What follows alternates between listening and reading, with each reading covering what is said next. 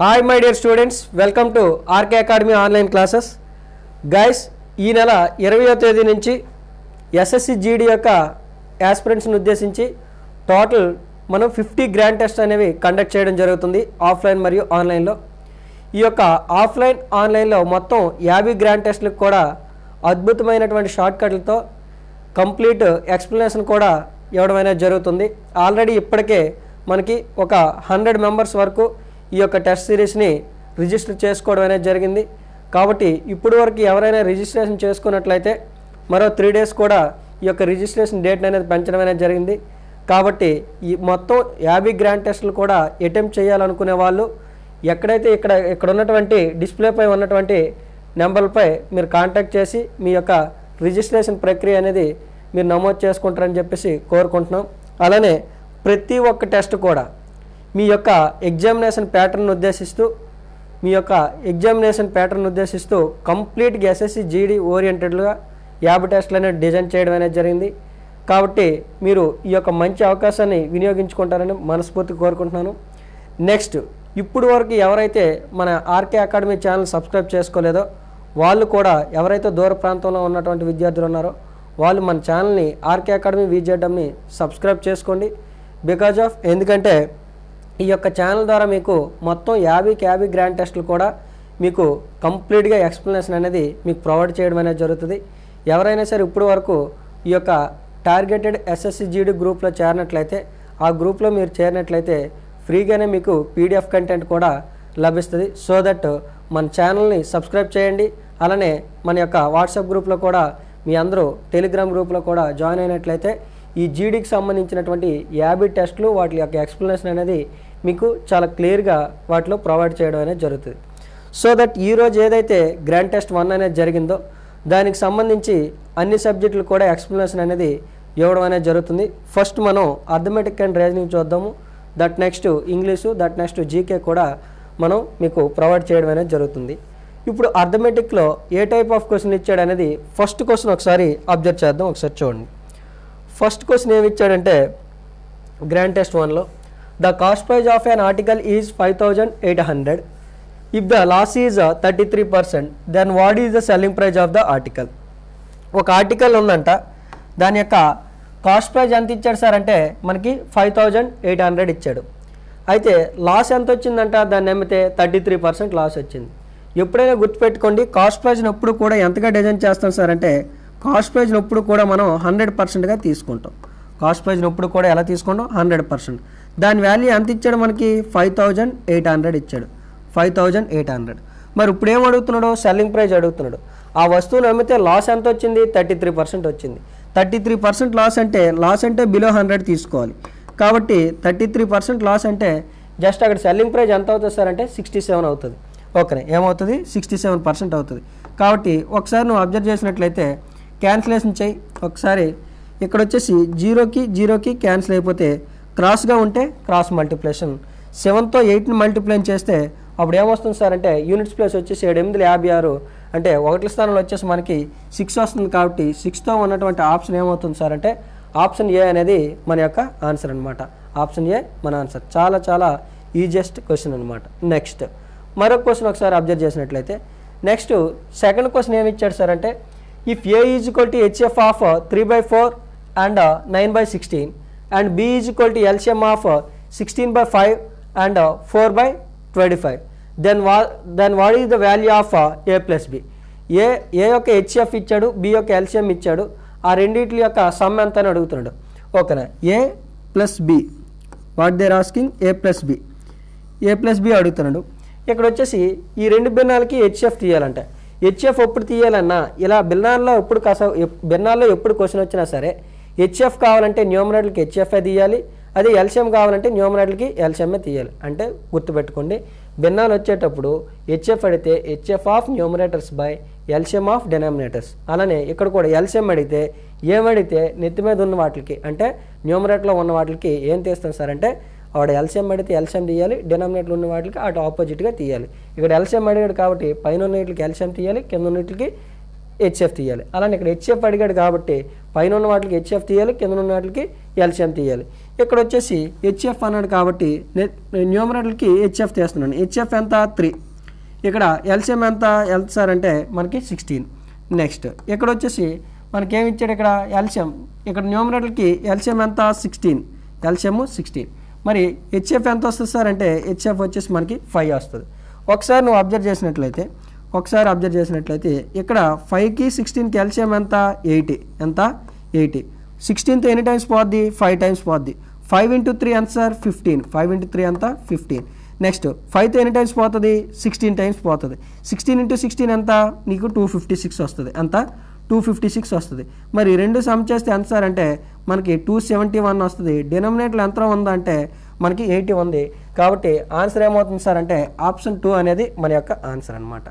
మీకు ఎస్ఎస్సి జీడీకి సంబంధించి ప్రతి క్వశ్చన్ కూడా గత 76 షిఫ్ట్లను బేస్ చేసుకొని ఓకేనా, ప్రీవియస్ క్వశ్చన్ బేస్ చేసుకొని భవిష్యత్తును కొంచెం ఎక్స్ట్రా ఆలోచిస్తూ అంటే అప్డేటెడ్గా ఆలోచిస్తూ మీకు 50 గ్రాండ్ టెస్ట్లు అనేవి మనం ప్లాన్ చేయడం అనేది జరిగింది. ఓకేనా, సో దట్ ఈ కంటెంట్ని మీరు చక్కగా యూజ్ చేసుకోండి. ఇప్పటి వరకు మన ఛానల్ ఎవరైతే సబ్స్క్రైబ్ చేయలేదో సబ్స్క్రైబ్ చేయండి. ఓకేనా. నెక్స్ట్ మరొక క్వశ్చన్ చూసినట్లయితే a sum of ₹1500 is lent into simple interest. ఓకేనా, a sum of ₹1500 is invested at simple interest for x months if the rate of interest is x/8%. Rate of interest ఎంత x/8%. ఓకేనా, per annum. Then the sum grows to 1590. What is the value of x? What is the value of x? చాలా easiest question అనమాట, చాలా easy question.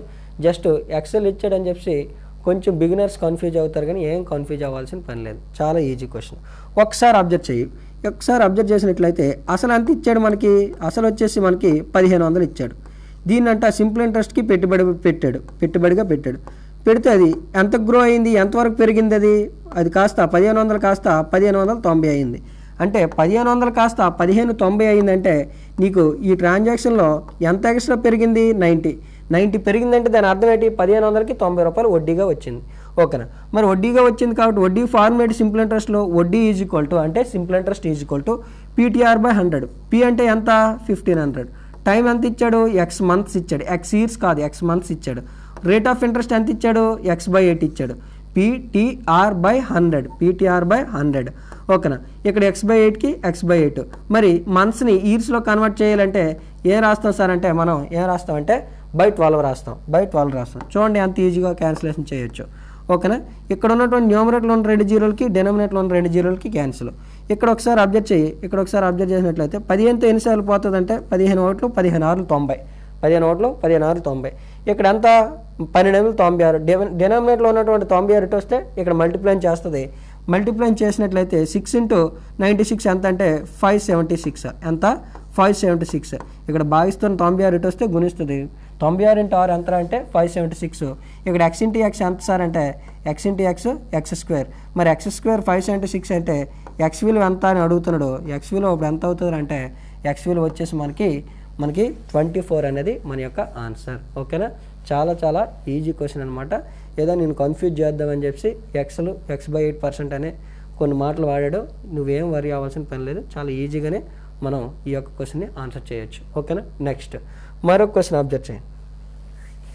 4th question, what is the difference between compound interest when interest is compounded 5 monthly and the simple interest on a sum of ₹12,000 at 12% per annum for 1/4 years. అంటే సింపుల్గా question ఏం చెప్తున్నాడంటే సంవత్సరానికి 12% చక్రవడ్డీ రేటుతో సంవత్సరానికి 12% చక్రవడ్డీ రేటుతో 1 and 1/4 సంవత్సరాలకి 1 and 1/4 అంటే ఎంత 1 year అంటే 12 months. 1/4 year అంటే ఎంత 1/4 year అంటే మనకి 3 months. 12 months 3 months ఓవరాల్గా ఎన్ని మంత్స్ అవుతున్నాయి 15 months అవుతున్నాయి. అవునా, రైట్. అంటే 15 months కంట ఎవ్రీ 5 monthsకి ఒకసారి క్యాల్కులేట్ చేస్తే వచ్చేటటువంటి కాంపౌండ్ ఇంట్రెస్ట్కి, అలానే వచ్చేటటువంటి అదే 1/4 yearsకి వచ్చేటటువంటి సింపుల్ ఇంట్రెస్ట్కి డిఫరెన్స్ అడుగుతున్నాడు. ఎప్పుడైనా గుర్తుపెట్టుకోండి, ఈ టైప్ ఆఫ్ క్వశ్చన్స్ వచ్చేటప్పుడు మీరు క్లారిటీగా గుర్తుపెట్టుకోండి. టైం పీరియడ్ని ఎప్పుడైనా సరే 3 భాగాలుగా విడగొడితే ఓకేనా. టైం పీరియడ్ ఎప్పుడైనా సరే 3 భాగాలుగా విడగొడితే అంటే ఇక్కడ ఓవరాల్గా టైం పీరియడ్ ఎంత 15 months అని అర్థమైంది. ఎంత 15 months అని అర్థమైంది. మరి ఏం చేశాడు ఎవ్రీ 5 months క్యాల్కులేట్ చేస్తున్నాడు. ఎవ్రీ 5 monthsకి ఒకసారి క్యాల్కులేట్ చేస్తే వచ్చేటటువంటి కాంపౌండ్ ఇంట్రెస్ట్కి అలానే మనకి 1/4 yearsకి వచ్చేటటువంటి 12,000 రూపాయలపై వచ్చేటటువంటి సింపుల్ ఇంట్రెస్ట్కి 2 వడ్డీల మధ్య భేదం అడుగుతున్నాడు. ఓకేనా. ఎవ్రీ 5 months క్యాల్కులేట్ చేస్తే వచ్చే కాంపౌండ్ ఇంట్రెస్ట్కి అలానే సింపుల్ ఇంట్రెస్ట్కి వచ్చేటటువంటి మనకి భేదం అడుగుతున్నాడు. ఆ వడ్డీకి ఈ వడ్డీకి భేదం అడుగుతున్నాడు. సింపుల్గా ఈ క్వశ్చన్లో 2 వడ్డీల మధ్య భేదం అడుగుతున్నాడు. జనరల్గా క్వశ్చన్ ఏ విధంగా ఇస్తారు చాలామంది సార్లు కూడా ఏ విధంగా చెప్తారు మీకు ఏం చెప్తారు సార్ అంటే 3 years అని డైరెక్ట్గా ఇస్తారు, డిఫరెన్స్ వాళ్ళే ఇస్తారు.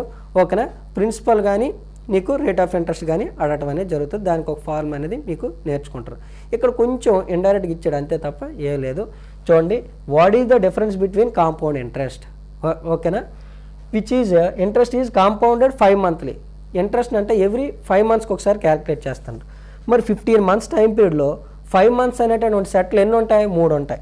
అందుకే నేను ఏమని చెప్తున్నాను కాలాన్నప్పుడు కూడా 3 భాగాలుగా విడగొడితే కాలాన్నప్పుడు కూడా ఎవ్రీ 5 months అంటే ఇటువంటి సెట్లు ఎన్ని ఉంటాయి మొత్తం 3 ఉంటాయి. కాబట్టి కాలాన్ని ఎప్పుడైనా సరే 3 భాగాలుగా విడగొడితే అలాంటప్పుడు కానీ 2 వడ్డీల మధ్య డిఫరెన్స్ నీకు అడిగితే నువ్వు ఏ ఫార్ములా వాడాలి సార్ అంటే d/p = 3x + 1/x³ ఈ ఫార్ములా ఇప్పుడు వరకు మీరు చూసుండ్రు. ఈ ఫార్ములా ఇప్పుడు వరకు మీరు చూసుండ్రు. దయచేసి ఈ ఫార్ములా నోట్ చేసుకోండి. చాలా మీకు మీ యొక్క ప్రిపరేషన్లో ఈ ఫార్ములా అనేది హెల్ప్ అవుతుంది. ఇప్పుడు కొంతమంది నాకు తెలిసి 2 వడ్డీల మధ్య భేదం 3 సంవత్సరాలకైతే 300 + 6 సంథింగ్ ఏదో ఫార్ములా వాడతారు. అదైతే అవసరం లేదు. చాలా ఈజీగా ఈ యొక్క ఫార్ములా బేస్ చేసుకొని ఎప్పుడైనా సరే 2 వడ్డీల మధ్య 3 సంవత్సరాలకి లేదా 1.5 year ఇచ్చి కాంపౌండెడ్ హాఫ్ ఇయర్లు అన్నా ఎక్కడైనా సరే 15 months ఇచ్చి ఎవ్రీ 5 months అన్నా సింపుల్గా కాలాన్ని 3 భాగాలుగా విడగొట్టినప్పుడు ఈ యొక్క 3 సంవత్సరాలు డైరెక్ట్గా ఇచ్చిన ఇదే ఫార్ములా దేనికి 2 వడ్డీల మధ్య భేదం కనుక్కోవడానికి. దేనికి 2 వడ్డీల మధ్య భేదం కనుక్కోవడానికి. కాలాన్ని ఎక్కడైనా సరే 3 భాగాలుగా విడగొట్టాడు 3 సంవత్సరాలు ఇచ్చాడు లేదా 3 అర్ధ సంవత్సరాలు ఇచ్చాడు లేదా 3 5 మాసాలు అంటే 15 మాసాలు ఇచ్చాడు లేదా 9 మాసాలు 3 మాసాలు 9 మాసాలు ఇచ్చాడు. అలాంటి సందర్భంలో నువ్వు 2 వడ్డీల మధ్య భేదానికి వాడాల్సింది ఏంటి సార్ అంటే d/p = 3x + 1/x³ చెప్తాను. ఎక్స్ అంటే ఎలాగొచ్చింది లేకపోతే ఎక్స్ని ఏ విధంగా తీసుకోవాలి. డి అంటే డిఫరెన్స్, బి అంటే అసలు, ఎక్స్ ఎలాగ వస్తుంది సార్ అంటే ఇక్కడ వడ్డీ రేటు 1 yearకి ఎంత ఇచ్చాడు మనకి 12%. అంటే 12 monthsకి 12% అయితే మరి 5 monthsకి ఎంత అవుతుంది సార్ 5% అవుతుంది. ఎంత అవుతుంది 5 monthsకి 5% అవుతుంది. అంటే ఇక్కడ 5% ఇక్కడ 5% ఇక్కడ కూడా 5%. ఓకేనా. ఇదంతా ఎందుకు చెప్తున్నాను నీకు రావాలని చెప్తాను. ఎగ్జామినేషన్లో ఇదంతా చేయకూడదు. ఇదంతా మైండ్లో జరగాలి. నీకు కాన్సెప్ట్ ఎక్కించాలనే ఉద్దేశంతో ఇదంతా చెప్పడం. లేదంటే నేనే కానీ ఎగ్జామినేషన్ రాస్తే డైరెక్ట్గా దీన్ని సబ్స్టిట్యూషన్ చేస్తాను. ఓకేనా. సో దట్ మీరు అర్థమయ్యే విధంగా రాసుకోండి. ఎగ్జామినేషన్లో స్పీడ్గా చేయాలి. ఓకేనా. రైట్. ఇప్పుడు ఎక్స్ వాల్యూ ఎలా కనుక్కుంటాం సార్ అంటే ఇచ్చినటువంటి 5% కాస్త ఎలా రాస్తాం సార్ అంటే భిన్న రూపంలో 5% అంటే 1/20గా రాస్తాం. దాన్ని దేనికి ఈక్వల్ చేయాలి సార్ అంటే దాన్ని వచ్చేసి దేనికి ఈక్వల్ చేయాలంటే 1/xకి ఈక్వల్ చేయాలి. ఎక్స్ విలువ ఇక్కడ ఎంత వస్తుంది సార్ అంటే 20 వస్తుంది. ఎక్స్ విలువ ఎంత 20. జస్ట్ ఏం చెప్తున్నాను వడ్డీ రేట్ని భిన్న రూపంలో రాయాలి. భిన్న రూపంలో రాసినటువంటి వడ్డీని కాస్త దేనికి ఈక్వల్ చేయాలి 1/xకి ఈక్వల్ చేయాలి. ఎక్స్ వాల్యూ అప్పుడు ఏమవుతుంది సార్ అంటే 20 అవుతుంది. వేసే సబ్స్టిట్యూషన్ చేసే డిఫరెన్స్ కావాలి మనకి తెలియదు కాబట్టి డీని వేసే. పి 12,000 ఇచ్చేసాడు. పి ఎంత ఇచ్చాడు 12,000 ఇచ్చాడు. మరి ఇక్కడ వచ్చేసి 3 × ఎక్స్ విలువ ఎంత అని తెలిసి నీకు 20 +1కి +1 మరి 20³ అంటే ఎంత వస్తుంది 20³ అంటే 8,000 వస్తుంది. 20³ అంటే ఎంత వస్తుందమ్మా 8,000 వస్తుంది. కాబట్టి ఒకసారి అబ్జర్వ్ చేసినట్లయితే 4,000తో ఎన్నిసార్లు పోద్ది 2 times పోద్ది. 4,000తో ఎన్నిసార్లు పోద్ది 3 times పోద్ది. క్రాస్ మల్టిప్లికేషన్ చేయి. క్రాస్ మల్టిప్లికేషన్ చేస్తే అప్పుడు ఏమవుతుంది సార్ అంటే 183/2 అవుతుంది. ఎందుకంటే 3 60 180 3 ఓట్లు 3 183 183 డినామినేటర్ ఎంత ఉంది ఇంకా 2 ఉంది అంటే /2 అంటే అప్పుడు ఎంత వస్తుంది సార్ అంటే మనకి 91.5 అనేది మన యొక్క ఆన్సర్ అనమాట. చాలా మంచి క్వశ్చన్. చాలా మంచి క్వశ్చన్. ఓకేనా. ఇదే క్వశ్చన్ని ఇంకా ఫాస్ట్గా సాల్వ్ చేయాలంటే మనం ఎలా సాల్వ్ చేస్తాం సార్ అంటే 3-3-1 అనేటటువంటి ప్యాటర్న్లో కూడా సాల్వ్ చేస్తాం. 3-3-1 అనే ప్యాటర్న్లో కూడా సాల్వ్ చేస్తాం. ఇక్కడ వచ్చేసి వడ్డీ రేట్ ఎంత అని అర్థమైంది నీకు 5%. మరి ఇందులో 10% అంటే ఎంత 10% అంటే 1200. మరి 10%, 5%, 12 మంత్స్కి 12% అయితే ఎవ్రీ 5 మంత్స్ అంటున్నాడు కాబట్టి అప్పుడు మన వడ్డీ ఎంత అవుతుంది సార్ అంటే 10% కాదు కదా, మనకి 5% కాబట్టి 600 అవుతుంది. ఓకేనా, 600 అవుతుంది. ఈ 600లో మళ్ళీ ఎంత 10%, 5%, 5%. 10% అయితే 60, 5% అయితే ఎంత వస్తుంది సార్ అంటే మనకి 30 వస్తుంది. ఈ 30లో మళ్ళీ 5% ఎంత వస్తుంది సార్ అంటే 1.5 వస్తుంది. ఇలాగే కింద బ్రాంచ్ని మనం క్యాల్కులేట్ చేస్తే అది ఏమవుతుంది సార్ అంటే మనకి 91.5 అవుతుంది. అదే రెండు వడ్డీల మధ్య భేదం. ఈ పై బ్రాంచ్ని క్యాల్కులేట్ చేస్తే ఏమవుతుంది సార్ అంటే అది సింపుల్ ఇంట్రెస్ట్. పై బ్రాంచ్ని క్యాల్కులేట్ చేస్తే సింపుల్ ఇంట్రెస్ట్. టోటల్ క్యాల్కులేట్ చేస్తే ఏమవుతుంది సార్ అంటే ఇది 3 6 1890, 90, 1.5 అదంతా కలిపి ఏమవుతుంది సార్ అంటే మనకి కాంపౌండ్ ఇంట్రెస్ట్ అవుతుంది. ఓకేనా, చాలా చాలా ఈజీగా సాల్వ్ చేయొచ్చు. నువ్వు ఈ వే ద్వారా క్లియర్ చేసుకోవచ్చు, లేదనుకుంటే d/p = 3x + 1/x³ ద్వారా ఈ క్వశ్చన్ని సాల్వ్ చేయొచ్చు. ఓకేనా, నెక్స్ట్ చూడండి 5th question. The MRP of an article is ₹800 and it is sold at a discount of 19%. Then there is a gain of 8%. Then by what percent above the CP was the article marked? చాలా చాలా చాలా చాలా most important. నువ్వు ఏ competitive exam రాసినా జనరల్గా జీడీలో ఈ type of క్వశ్చన్లు last time కూడా ఇవ్వడం జరిగింది. ఓకేనా, కాబట్టి ఈ యొక్క క్వశ్చన్ అనేది చాలా చాలా ఇంపార్టెంట్ క్వశ్చన్. మనం చాలా ఫాస్ట్గా కూడా ఈ యొక్క క్వశ్చన్ సాల్వ్ చేయవచ్చు. ఏమంటున్నాడు, ఎంఆర్పి అంట 800 అంట, ఎంఆర్పి 800. ఈవెన్ తను 19% డిస్కౌంట్ ఇచ్చినప్పటికీ even then he gets 8% profit. ఓకేనా, even then he gets 8% profit. ఓకేనా, ఇటువంటి క్వశ్చన్లు ఎప్పుడు వచ్చినా సరే సింపుల్గా గుర్తుపెట్టుకోండి. ఇటువంటి క్వశ్చన్లు అంటే జస్ట్ డిస్కౌంట్ పర్సెంట్ ఇచ్చి, ఓకేనా, డిస్కౌంట్ పర్సెంట్ ఇచ్చి డిస్కౌంట్ ఇచ్చిన తర్వాత లాభం కూడా వస్తుంది అనేటప్పుడు, డిస్కౌంట్ ఇచ్చిన తర్వాత ఈవెన్ డిస్కౌంట్ ఇచ్చినప్పటికీ లాభం వస్తుందంట. అటువంటి సందర్భంలో నువ్వు సింపుల్గా గుర్తుపెట్టుకో. ఒక ఫార్ములా నీకు చెప్తాను, షార్ట్కట్ ఫార్ములా. ఆ ఫార్ములా బేస్ చేసుకొని నువ్వు ఈజీగా క్వశ్చన్ సాల్వ్ చేయొచ్చు. ఓకేనా, ఒక డిస్కౌంట్ పర్సెంట్, ఒక ప్రాఫిట్ పర్సెంట్ క్వశ్చన్లో వస్తే బ్లైండ్గా నువ్వు వెళ్ళిపో, ఏం లేదు. CP/MP, CP అంటే cost price by MRP = 100 - D%, 100 - D% by 100 + P%. ఓకేనా, 100 + P%. సైన్ రాసుకో, నోట్స్లో సైన్ రాయిది. ఓకేనా, నువ్వు ఎక్కడి నుంచి వస్తున్నావో, ఎక్కడున్నావో, అంటే ఇంటి దగ్గర ఉన్నావో, లైబ్రరీలో ఉన్నావో, ఏ రూమ్లో ఉన్నావో, ఎక్కడున్నా సరే నువ్వు సైన్ నోట్ చేసుకో. ఏదైతే ఫార్ములా, ఏదైతే షార్ట్ కట్ నేను చెప్తానో చూసి ఊరుకోమాక, రైట్ సైడ్ రాస్తేనే గుర్తుంటుంది. ఓకేనా, రైట్. ఒకసారి చూడు, ఇటువంటి క్వశ్చన్లు వచ్చేటప్పుడు formula CP/MP = 100 - D/100 + P. వేసేసే values వేసే. CP/MP = 100 - D. డిస్కౌంట్ తీసిస్తే ఎంత వస్తుంది? డిస్కౌంట్ తీస్తే 100లోంచి 19 తీస్తే 81. మరి ఇది ఎంత అవుతుంది సార్? ఇది ఎంత అవుతుంది ఇక్కడ? ఓకేనా, ఇది ఎంత అవుతుంది? 108 అవుతుంది. ఎంత? 108. మరి ఎంఆర్పి ఆల్రెడీ ఇచ్చాడు కదా మనకి లెక్కలో, ఎంఆర్పి ఇచ్చాడు కదా. ఎంఆర్పి ఎంత ఇచ్చాడు మనకి? ఎంఆర్పి ఎంత ఇచ్చాడు సార్ అంటే మనకి 800 ఇచ్చాడు. ఎంత? 800 ఇచ్చాడు. ఒకసారి 9తో 9 9లు పోతుంది, 9 12లు పోతుంది. ఎంత? 9తో 9 9లు 81, 9 12లు పోతుంది. ఒకసారి అబ్జర్వ్ చేసినట్లయితే 4 3లు పోతుంది, 4 ఎంతలు పోతుంది అంటే 4 200 పోతుంది, 4 200, 3 1లు 3 3లు పోతుంది. అంటే కాస్ట్ ప్రైస్ ఎంత వచ్చింది సార్ అంటే 600 వచ్చింది. మరి కాస్ట్ ప్రైస్ 600, ఎంఆర్పి ఎంత? ఎంఆర్పి ఎంత అంటే 800. అంటే 600 గల వస్తువుని 800 ముద్రించి 19% డిస్కౌంట్ ఇస్తే అంట తనకి 8% ప్రాఫిట్ వచ్చింది. ఏంటి? కాస్ట్ ప్రైస్ ఎంత? 800. మరి ముద్రించడం ఎంత ముద్రించాడు? ఎంఆర్పి 200 ఎక్స్ట్రా ప్రింట్ చేసి ఎంతని ప్రింట్ చేశాడు? ఎంతని ప్రింట్ చేశాడు సార్ అంటే 800 అని ప్రింట్ చేశాడు. అంటే ఎంత ఎక్స్ట్రా చార్జ్ చేశాడు? 200. కాబట్టి ఇక్కడ కాస్ట్ ప్రైస్ కంటే ఎంత ఎక్స్ట్రా ముద్రించాడు అని అడుగుతున్నాడు. కాబట్టి కాస్ట్ ప్రైజ్ 600, దానికంటే ఒక 300 ఎక్స్ట్రా 200 ఎక్స్ట్రా ప్రింట్ చేశాడు. మరి దేన్నైనా పర్సంటేజ్లో ఎక్స్ప్రెస్ చేయాలంటే దేంతో మల్టిప్లై చేస్తాం సార్ అంటే పర్సంటేజ్ ఎక్స్ప్రెస్ చేయాలంటే ఇంటూ 100. మరి 200తో ఎన్ని టైమ్స్ పోద్ది? ఇక్కడ 3 టైమ్స్ పోద్ది. 1/3 అంటే అప్పుడు ఆన్సర్ ఏమవుతుంది సార్ అంటే 33 1/3 అనేది మన యొక్క ఆన్సర్ అనమాట. ఎంత? 33 1/3 అనేది మన యొక్క ఆన్సర్. చాలా చాలా మోస్ట్ ఇంపార్టెంట్ క్వశ్చన్. ఓకేనా, స్టార్ పెట్టుకో. నెక్స్ట్ మరో క్వశ్చన్ చూడు. A train running at 7/11 of its own speed reached a place in 22 hours.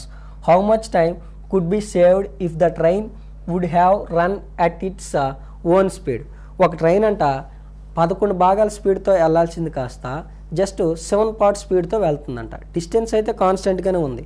ఓకేనా డిస్టెన్స్ అయితే కాన్స్టెంట్గానే ఉంది. 11 స్పీడ్తో వెళ్ళాల్సినటువంటి ట్రైను 7 స్పీడ్తో వెళ్తుందంట. మరి ఎప్పుడైనా సరే డిస్టెన్స్ కాన్స్టెంట్గా ఉంటే స్పీడ్కి టైంకి రిలేషన్ ఏ విధంగా ఉంటుందని చెప్పుకున్నాం మనం. స్పీడ్కి టైంకి ఇన్వర్స్ రిలేషన్ ఉంటుంది. అంటే స్పీడ్ వచ్చేసి x/y ఉంటే టైం వచ్చేసి ఎలాగ ఉంటుంది సార్ అంటే y/xగా ఉంటుంది. కాబట్టి ఒకసారి అబ్జర్వ్ చేయండి. ఇక్కడ వచ్చేసి స్పీడ్, ఇది వచ్చేసి time, initial, final. Initial speed అంటే ఇక్కడ ఒరిజినల్ ఎప్పుడు కూడా ఎక్కడ ఉంటుంది? డినామినేటర్ ఉందే ఒరిజినల్ అనమాట. కాబట్టి ఇక్కడ 11 స్పీడ్ వచ్చేసి ఇనీషియల్ స్పీడు. ఫైనల్కి ఇప్పుడు ఎంత స్పీడ్తో వెళ్తున్నాడు సార్ అంటే మనకి 7 స్పీడ్తో వెళ్తున్నాడు. ఓకేనా. మరి స్పీడ్ ఏమో డిస్టెన్స్ కాన్స్టెంట్గా ఉండేటప్పుడు స్పీడ్లో వచ్చేసి x/y ఉంటే టైం టేకన్ ఎలాగ ఉంటుంది? రివర్స్ ఉంటుంది. ఎంతటా అప్పుడు 7:11గా ఉంటుంది. ఇప్పుడు ఇలా ఇనీషియల్ 11 స్పీడ్తో వెళ్ళేటప్పుడు 7 భాగాలు టైం పడితే ఫైనల్కి ఇప్పుడు 7 భాగాల స్పీడ్తో వెళ్ళేటప్పుడు 11 భాగాలు పట్టింది. మరి స్టేట్మెంట్ ప్రకారం మనకి ఎంత ఇచ్చాడు సార్ అంటే 11 భాగాల విలువ ఎంత ఇచ్చాడు సార్ అంటే 22 అని ఇచ్చాడు. అంటే ట్వైస్ ఉంది. మరి ఇది కూడా ట్వైసే ఉంటుంది. అప్పుడు ఒరిజినల్ స్పీడ్తో వెళ్తే 14 గంటలు పడుతుంది. ప్రజెంట్ 7 స్పీడ్తో వెళ్తే 22 పడుతుంది. మరి ఇక్కడికి టైం గ్యాప్ ఎంత సార్ అంటే టైం గ్యాప్ వచ్చేసి మనకి 8 అవర్స్. ఎంతమ్మా? 8 అవర్స్. టైం గ్యాప్ వచ్చేసి ఎంత సార్ అంటే 8 అవర్స్. క్వశ్చన్ కూడా ఏమడుగుతున్నాడు? క్వశ్చన్ కూడా అసలు వేగంతో ప్రయాణిస్తే ఎంతకాలం కలిసి వస్తుంది అని అడుగుతున్నాడు. ఇగో అసలు వేగంతో వెళ్తే టైం 14 గంటలు పడుతుంది. ప్రజెంట్ 7 స్పీడ్తో వెళ్తే 22 గంటలు పట్టేస్తుంది. మరి ఎక్కడికి టైం గ్యాప్ ఎంత కలిసి వస్తుంది సార్ అంటే ఇలాగైతే 22 గంటలు, ఇలాగైతే జస్ట్ 14 గంటలే. మరి 8 గంటలు కలిసి వస్తుంది. అంత 8 అవర్స్ అనేది మనకి కలిసి వస్తుంది. కాబట్టి ఈ యొక్క 6th క్వశ్చన్ ఆన్సర్ ఏంటి సార్ అంటే 8 అవర్స్. ఓకేనా. ప్రతి క్వశ్చన్ కూడా అద్భుతమైన క్వశ్చన్లు అనేవి మీ యొక్క ఎగ్జామ్ పనికొచ్చే చాలా క్లారిటీగా మీకు ఈ యొక్క ఎక్స్ప్లెనేషన్ అనేది ఇవ్వడం జరుగుతుంది. ఇప్పుడు వరకు మన ఛానల్ సబ్స్క్రైబ్ చేయనట్లయితే సబ్స్క్రైబ్ చేయండి. మీ యొక్క ఫ్రెండ్స్కి కూడా దూర ప్రాంతాల్లో ఎవరైనా మీ ఫ్రెండ్స్ ఉన్నట్లయితే మీ వెల్ విషర్స్ ప్రతి ఒక్కరికి కూడా ఈ వీడియోని షేర్ చేయండి. సో దట్ వాళ్ళ యొక్క సక్సెస్లో కూడా మీరు కూడా వన్ ఆఫ్ ద పార్ట్ కాగలుగుతారు. ఓకేనా. రైట్. నెక్స్ట్ 7th క్వశ్చన్ చూడండి sir. 7th question, on selling A television for rupees 8,500 a person incurs a loss of 15%. What will be the selling price of the television to gain 5%? ఓకేనా. Question ఏం చెప్తున్నాడు sir అంటే 8,500కి అమ్ముతంట. 8,500కి అమ్మితే loss వచ్చింది. ఎంత loss? 15% loss. అదే కానీ 5% లాభం రావాలంటే ఎంతకు అమ్మాలని అడుగుతున్నాడు. మరి ఇటువంటి క్వశ్చన్కి ఎప్పుడైనా లాస్ వస్తే అబోవ్ 100 బిలో 100 బిలో 100. మరి ఫస్ట్ లాస్ వచ్చింది కాబట్టి అప్పుడు ఎంత అవుతుంది సార్? బిలో 100 అంటే మనకి 85% అవుతుంది. అప్పుడు సెల్లింగ్ ప్రైస్ వాల్యూ ఎంత అని ఇచ్చాడు మనకి క్వశ్చన్లో? 8,500. ఓకేనా. ఇప్పుడు ఏం కావాలంట? లాభం కావాలంటే అబోవ్ 100 తీసుకుంటాము, బిలో 100 అబోవ్ 100. కాబట్టి మనకి ఏమొస్తుంది సార్ అంటే 105కి ఎంత క్యాలిక్యులేట్ చేస్తే సరిపోద్ది. ఒకసారి నువ్వు క్లారిటీగా అబ్జర్వ్ చేసినట్లయితే దీనికి ఇది 100 టైమ్స్ ఉంది కాబట్టి దీనికి ఇది కూడా ఎలా ఉంటుంది సార్ అంటే 100 టైమ్స్ ఉంటుంది. కాబట్టి నీ యొక్క ఆన్సర్ ఏమవుతుంది సార్ అంటే మన ఆన్సర్ వచ్చేసి ఏమవుతుంది సార్ అంటే సెకండ్ ఆప్షన్. ఓకేనా. సారీ, థర్డ్ ఆప్షన్ అనేది మన యొక్క ఆన్సర్ అనమాట. ఓకేనా. రైట్. మరొక క్వశ్చన్ చూడు. సింపుల్ ఇంట్రెస్ట్ నుంచి ఇచ్చాడా? సారీ, నార్మల్గా ఇచ్చాడు చూడు. సింపుల్ ఇంట్రెస్ట్ కాదు. The sum of 4 consecutive even numbers is 148. ఓకేనా. What is the product of smallest number and largest number? ఓకేనా. 4 వరుస సరి సంఖ్యల యొక్క 4 వరుస కాన్సిక్యూటివ్ అన్నాడు కదా. ఎస్, 4 వరుస సరి సంఖ్యల యొక్క మొత్తం అంట 148. అయితే చిన్న సంఖ్యకి పెద్ద సంఖ్యకి మధ్య లబ్ధం అడుగుతున్నాడు ప్రొడక్ట్. చూడండి ఎంత ఈజీయో. మరి నార్మల్గా సరి సంఖ్యలు అంటే ఫర్ ఎగ్జాంపుల్ నేను ఫస్ట్ నెంబర్ x అనుకుంటే నెక్స్ట్ ఏమవుతుంది? x+2 అవుతుంది. x+2 అవుతుంది. ఆ నెక్స్ట్ ఏమవుతుంది సార్? ఏమవుతుందంటే x+4 అవుతుంది. మరి లాస్ట్ 4th నెంబర్ ఏమవుతుంది సార్? ఎందుకంటే ఈవెన్ నెంబర్స్ అయినా ఆడ్ నెంబర్స్ అయినా గ్యాప్ ఎవ్రీ టైం ఎంత ఉంటుంది? ఒక్కొక్క దానికి 2 ఉంటుంది. కాబట్టి ఇది ఎంత అవుతుంది సార్ అంటే 4th వన్ వచ్చేసి x+6 అవుతుంది. ఎంత? x+6 అవుతుంది. కాబట్టి వీటి మొత్తం అంట మనకి ఎంత వచ్చింది? మన ప్రకారం 4x+12 వచ్చింది. మరి స్టేట్మెంట్ ప్రకారం ఎంత ఇచ్చాడు మనకి? 148 అని ఇచ్చాడు. మరి +12 అవతలకి వెళ్తే -12 అవుతుంది. +12 అవతలకి వెళ్తే -12. ఇప్పుడు మనకి ఏమొస్తుంది సార్ అంటే 4x = 136. x ఎంత వస్తుంది అంటే x 34 వచ్చింది. మరి ఇదేమో 34 అంట, మనకి ఇదేమో స్మాలెస్ట్ నెంబరు, ఇది వచ్చేసి మనకేమవుతుంది సార్ అంటే లార్జెస్ట్ నెంబరు. ఈ రెండింటి యొక్క మల్టిప్లికేషన్ మనకు అడుగుతున్నాడు. ఈ రెండింటి మల్టిప్లికేషన్ ఎంత వస్తుంది సార్ అంటే మనకి 1360 వస్తుంది. ఎంత? 1360 వస్తుంది. కాబట్టి ఆన్సర్ ఏమవుతుంది సార్ అంటే ఆన్సర్ ఏమవుతుందంటే 1360 అవుతుంది. బహుశా కొంతమంది మీ దగ్గర ఉన్నటువంటి పీడిఎఫ్లో ఇక్కడ 1560 అనేటటువంటి ఆప్షన్ అనేది రాంగ్గా మిస్టేక్ పడింది. ఇక్కడ పీపీటీకి మనం దాన్ని సరిదిద్దడం అనేది జరిగింది. మీ యొక్క ఉన్న పీడిఎఫ్లో అది 1560 అని పడింది, కొంచెం చూసుకొని కరెక్ట్ చేసుకోండి. ఓకేనా? రైట్. నెక్స్ట్ మరొక సమ్ ఒకసారి చూడండి. మరొక సమ్ చూసినట్లయితే the ratio of efficiencies of A, B and C is 7:5:4. ఓకేనా? Working together they can finish a work in 35 days. అందరూ కలిపి పని చేస్తంట 35 రోజుల్లో పని అయిపోద్దంట. అందరూ కలిపి పని చేస్తంత 35 రోజులు అయిపోద్ది. అంటే ఏ యొక్క ఎఫిషియన్సీ వచ్చేసి ఏ గోడి సామర్థ్యం ఎంత అంటే 7, అదే బి గోడి సామర్థ్యం ఎంత అంటే 5, అదే సి యొక్క సామర్థ్యం ఎంత సార్ అంటే 4 అనమాట. వీళ్ళంతా కలిపి 5 ఎఫిషియన్సీ ఉన్నవాడు 7 ఎఫిషియన్సీ ఉన్నవాడు 5 ఉన్నాడు 4 ఉన్నాడు, అందరూ కలిసి వర్క్ చేస్తే వర్క్ ఎన్ని రోజుల్లో కంప్లీట్ అవుతుందంట? జస్ట్ 35 daysలో కంప్లీట్ అవుతుంది. అయితే క్వశ్చన్ ఇంకేమని చెప్తుంది? ఏబిల్ 28 days వర్క్ చేశారంట. ఏబిల్ 28 days వర్క్ చేసిన తర్వాత మిగిలిన పనిని ఎవరు కంప్లీట్ చేశారంట? సి కంప్లీట్ చేశాడు. ఓకేనా? ఇది కూడా చిన్న మిస్టేక్ ఉంది, చూసుకోండి. తెలుగు మీడియం అయితే చిన్న కరెక్షన్ ఉంది. బి అని ఇచ్చాడు. బి అని ఇస్తే బి అని కూడా అడగొచ్చు, కాకపోతే ఒరిజినల్ క్వశ్చన్ అయితే అది కాదు. ఓకేనా? ఇక్కడ సి అని కరెక్ట్ చేసుకోండి పీడిఎఫ్లోని. ఇప్పుడు మీరు ఒకవేళ చూసినట్లయితే రైట్. క్వశ్చన్ అనేది చాలా చాలా ఈజియెస్ట్ క్వశ్చన్ అనమాట. చూడండి, అసలు ఫస్ట్ మనం ఎప్పుడైనా సరే టోటల్ వర్క్ ఎంత తెలుసుకోవాలి. టోటల్ వర్క్కి ఫార్మేట్ సార్ అంటే ఇక్కడ వచ్చేసి టోటల్ వర్క్కి ఫార్మేట్ చూసుకో. వర్క్ ఫార్మేట్ అంటే ఎఫిషియన్సీ ఇంటూ టైం అనమాట. వర్క్ ఫార్మేట్ సార్ అంటే ఎఫిషియన్సీ ఇంటూ టైం. ఇక్కడ అందరి యొక్క ఎఫిషియన్సీ ఎంత? అంటే మనకి 16 అనమాట. అందరి యొక్క ఎఫిషియన్సీ అంతా 16. మరి అందరూ కలిపి ఎన్ని రోజులు చేశారు? టైం ఎంత పట్టింది వాళ్ళకి? 35 days. మరి ఇదంతా మల్టిప్లై చేస్తే నీకు ఇప్పుడు ఎంత వస్తుంది సార్ అంటే 560 వస్తుంది. ఎంత? 560 వస్తుంది. ఇప్పుడు ఏం చేస్తున్నాడు సార్ అంటే ఏ, బి, సిలు అంటే ఏ యొక్క ఎఫిషియన్సీ 7, బి యొక్క ఎఫిషియన్సీ 5, సి యొక్క ఎఫిషియన్సీ వచ్చేసి 4. మరి ఏను బిను ఎన్ని రోజులు చేశారు సార్ అంటే ఏబీలు వాళ్ళ యొక్క సామర్థ్యాలు వచ్చేసి ఇద్దరు కలిపి చేస్తే 12 యూనిట్లు చేస్తారు. మరి 12 యూనిట్లు చేస్తారు. ఒక రోజుకి ఒక 12 అయితే మనకి 28 రోజులు చేశారంటే 28 రోజులకి ఎంత అవుతుంది సార్ అంటే మొత్తం 336 యూనిట్లు అవుతుంది. ఎంత అవుతుంది సార్ అంటే 336 యూనిట్లు. ఎందుకంటే వీళ్ళిద్దరూ ఒక రోజు పని చేస్తే ఒక 12 యూనిట్లు అవుతుంది. మరి ఒక రోజు చేశారా 28 days చేశారా? 28 days చేశారు. మరి ఒక రోజుకి ఒక 28 అయితే 28 daysకి 28 ఇంటూ ఓకేనా, ఒక రోజుకి ఒక 12 అయితే 28 daysకి 28 into 12 it is nothing but ఎంత? 336. మరి 560లో 336 అయిపోతే ఇంకా రిమైనింగ్ ఎంత ఉంటుంది సార్ అంటే 224 ఉంటుంది. మరి ఏబీలు చేసాక మానిస్తే రిమైనింగ్ వర్క్ని 224 యూనిట్స్ వర్క్ని ఎవరు చేయాలి? ఇప్పుడు సి చేయాలి. సి యొక్క ఎఫిషియన్సీ ఎంత? సార్ అంటే 4 అనమాట. సి యొక్క ఎఫిషియన్సీ ఎంత? 4. కాబట్టి ఒకసారి అబ్జర్వ్ చేసినట్లయితే 4తో 4 5లు పోతుంది, 4 6లు పోతుంది. కాబట్టి మిగిలిన పని సి ఎన్ని డేస్లో పూర్తి చేస్తాడు సార్ అంటే 56 daysలో పూర్తి చేస్తాడు. ఎన్ని డేస్? 56 daysలో పూర్తి చేస్తాడు అనమాట.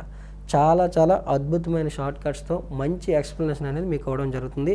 ఇప్పుడు వరకు మన ఛానల్ సబ్స్క్రైబ్ చేయనట్లయితే సబ్స్క్రైబ్ చేయండి. ఎందుకంటే ఈ ఎస్ఎస్సి జీడీ ఎలాగైనా సరే మీ అందరితో కొట్టించాలనేటటువంటి కాన్సెప్ట్తో 50 గ్రాండ్ టెస్ట్లు అనేవి మనం కండక్ట్ చేసాం. ప్రతి టెస్ట్ కూడా మీకు మంచి అద్భుతమైన ఎక్స్ప్లెనేషన్ ఇవ్వబడుతుంది. సో దట్ ఇప్పుడు వరకు సబ్స్క్రైబ్ చేయనట్లయితే మన ఛానల్ సబ్స్క్రైబ్ చేయండి.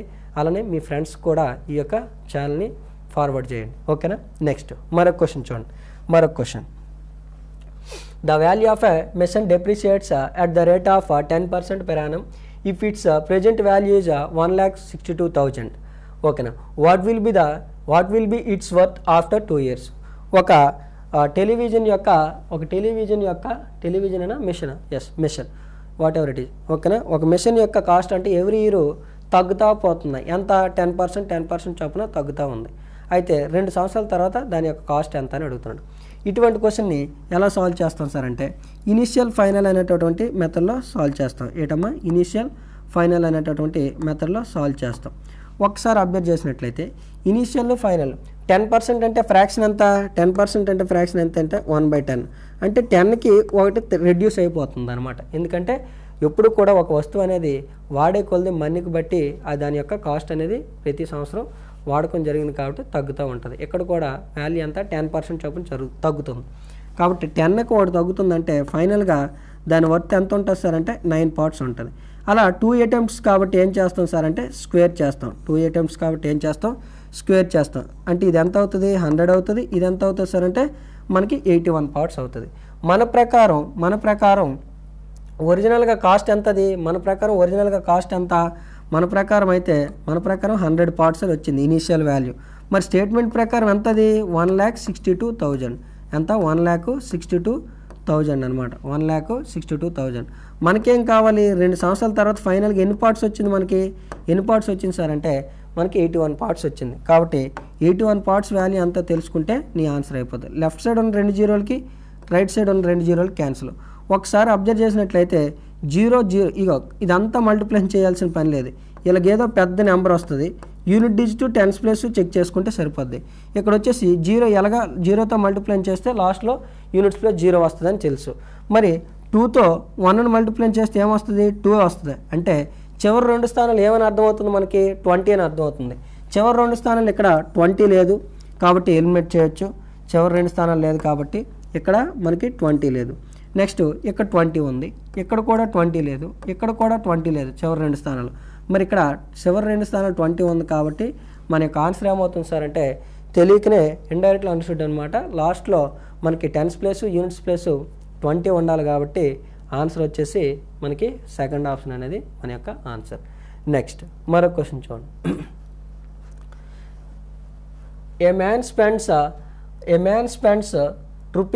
₹9,000 out of his income of ₹13,500. If his income and expenditure are increases by 14% and 7% respectively, what would be the 14% and 7%, find the percentage change in savings. ఓకేనా, ఒక వ్యక్తి యొక్క జీతం అంతా 13,500. ఎంత 13,500. మరి తన యొక్క ఖర్చు వచ్చేసి ఎంత సార్ అంటే 9,000. మరి జీతం ఏమో 14% పెరిగింది, ఖర్చు కూడా 7% పెరిగింది. అయితే పొదుపులో పెరుగుదల శాతం ఎంత అని అడిగాడు. ఏంటి పొదుపులో పెరుగుదల శాతం ఎంత అని అడిగాడు. చాలామంది ఏం చేస్తారో ఫస్ట్ చూపిస్తాను. చాలామంది క్వశ్చన్ ఎలా సాల్వ్ చేస్తారంటే ఇలా 13,500 తీసుకుంటారు. 13,500 తీసుకొని దీంట్లో 9,000 ఖర్చు అయిపోయింది కాబట్టి 9,000 పక్కన రాస్తారు. ఇంకా పొదుపు ఎంత ఉంటుంది సార్ అంటే మనకి పొదుపు ఎంత ఉంటుంది, 4,500 ఉంటుంది. ఎంత 4,500 రూపాయలు పొదుపు ఉంటుంది. మరి క్వశ్చన్ ఏం చెప్పింది నీకు, క్వశ్చన్ ఏం చెప్పింది సార్ అంటే మనకి పాత జీతం మీద నీకు ఎంత పెరిగింది సార్ అంటే పాత జీతం అంటే ఇదే కదా, దీని మీద ఎంత పెరిగింది అన్నాడు. దీని మీద వచ్చేసి 14% పెరిగిందంటే ఎంత పెరిగింది 14% పెరిగింది. ఓకేనా 14% పెరిగింది. 14% పెరిగిందంటే అప్పుడు ఎంత వస్తుంది మనకి 14% క్యాలిక్యులేట్ చేయండి. క్యాలిక్యులేట్ చేస్తే మనకు వచ్చేసి ఎంత వస్తుంది సార్ అంటే 1890 వస్తుంది. ఎంత వస్తుంది 1890 వస్తుంది. ఈ 1890 వచ్చింది, ఎక్స్ట్రా వచ్చింది, శాలరీ పెరగడం వల్ల వచ్చింది. కానీ తను ఏం చేశాడు, శాలరీ పెరిగింది అనేటటువంటి ఎంజాయ్మెంట్తో ఆతృతతో తను వచ్చేసి ఖర్చును కూడా పెంచాడు. ఎంత పెంచాడు 7% పెంచాడు. అంటే ఇంతకుముందు ఖర్చు ఎంత సార్ అంటే ఇంతకుముందు వచ్చేసి ఖర్చు 9,000. ఇప్పుడు తన యొక్క జీతం పెరిగింది అనేటటువంటి ఆనందంతో ఖర్చును కూడా పెంచాడంట. ఖర్చును ఎంత పెంచాడు, ఖర్చును వచ్చేసి ఎంత పెంచాడు సార్ అంటే మనకి 7% పెంచాడు.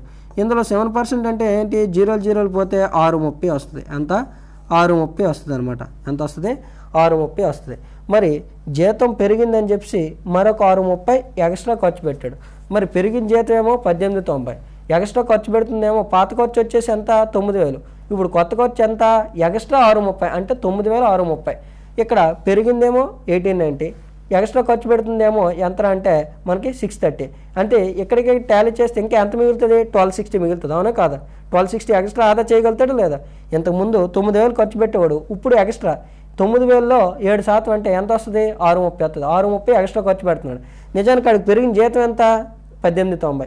1890లో 630 తీస్తే ఇంకా ఎంత ఉంటుంది సార్ అంటే ఇంకా 1260 ఉంటుంది. ఇది ఎక్స్ట్రా చేసినటువంటి పొదుపు ఎంత మీద అంటే పాత పొదుపు మీద. పాత పొదుపు ఎంత సార్ అంటే పాత పొదుపు ఎంత అంటే మనకి 4,500. కాబట్టి పర్సంటేజ్లో ఎక్స్ప్రెస్ చేయాలంటే ఏం చేస్తాం సార్ అంటే మనం పర్సంటేజ్లో ఎక్స్ప్రెస్ చేయాలంటే ఏం చేస్తాం ఇంటూ 100 చేస్తాము. ఒకసారి 0 0 క్యాన్సిల్ అయిపోతుంది. ఒకసారి నువ్వు అబ్జర్వ్ చేసినట్లయితే 15తో మనకి 15 8 120, 15 8 120, మరి 15 4 60, 15 8 120, 15 4 60. ఇది ఎంతసార్లు పోతుంది అంటే 15 3 పోతుంది. అంత 15 3 పోతుంది. ఇప్పుడు మూడుతో ఇక్కడ వచ్చేసి 3 28 అంతరా అంటే 84, 3 28 ఎంత అంటే 24. ఆన్సర్ వచ్చేసి 28% అని చెప్పి చాలామంది ఎట్లా సాల్వ్ చేస్తారు. దీనికి ఎంత లెంతీగా ఈ క్వశ్చన్ అయితే మనం సాల్వ్ చేయాల్సిన అవసరం లేదు. జస్ట్ కేవలం 10 సెకండ్స్లోనే ఈ యొక్క క్వశ్చన్ని మనం ఈజీగా ఎలా సాల్వ్ చేయొచ్చు అనేది ఒకసారి మీకు చెప్పే ప్రయత్నం చేస్తాను. ఓకేనా? రైట్. ఒకసారి చూడండి ఎంత ఈజీగా సాల్వ్ చేస్తాము. ఓకేనా? ఏమి ఇచ్చాడు మనకు అసలు క్వశ్చన్ ఏమి ఇచ్చాడు?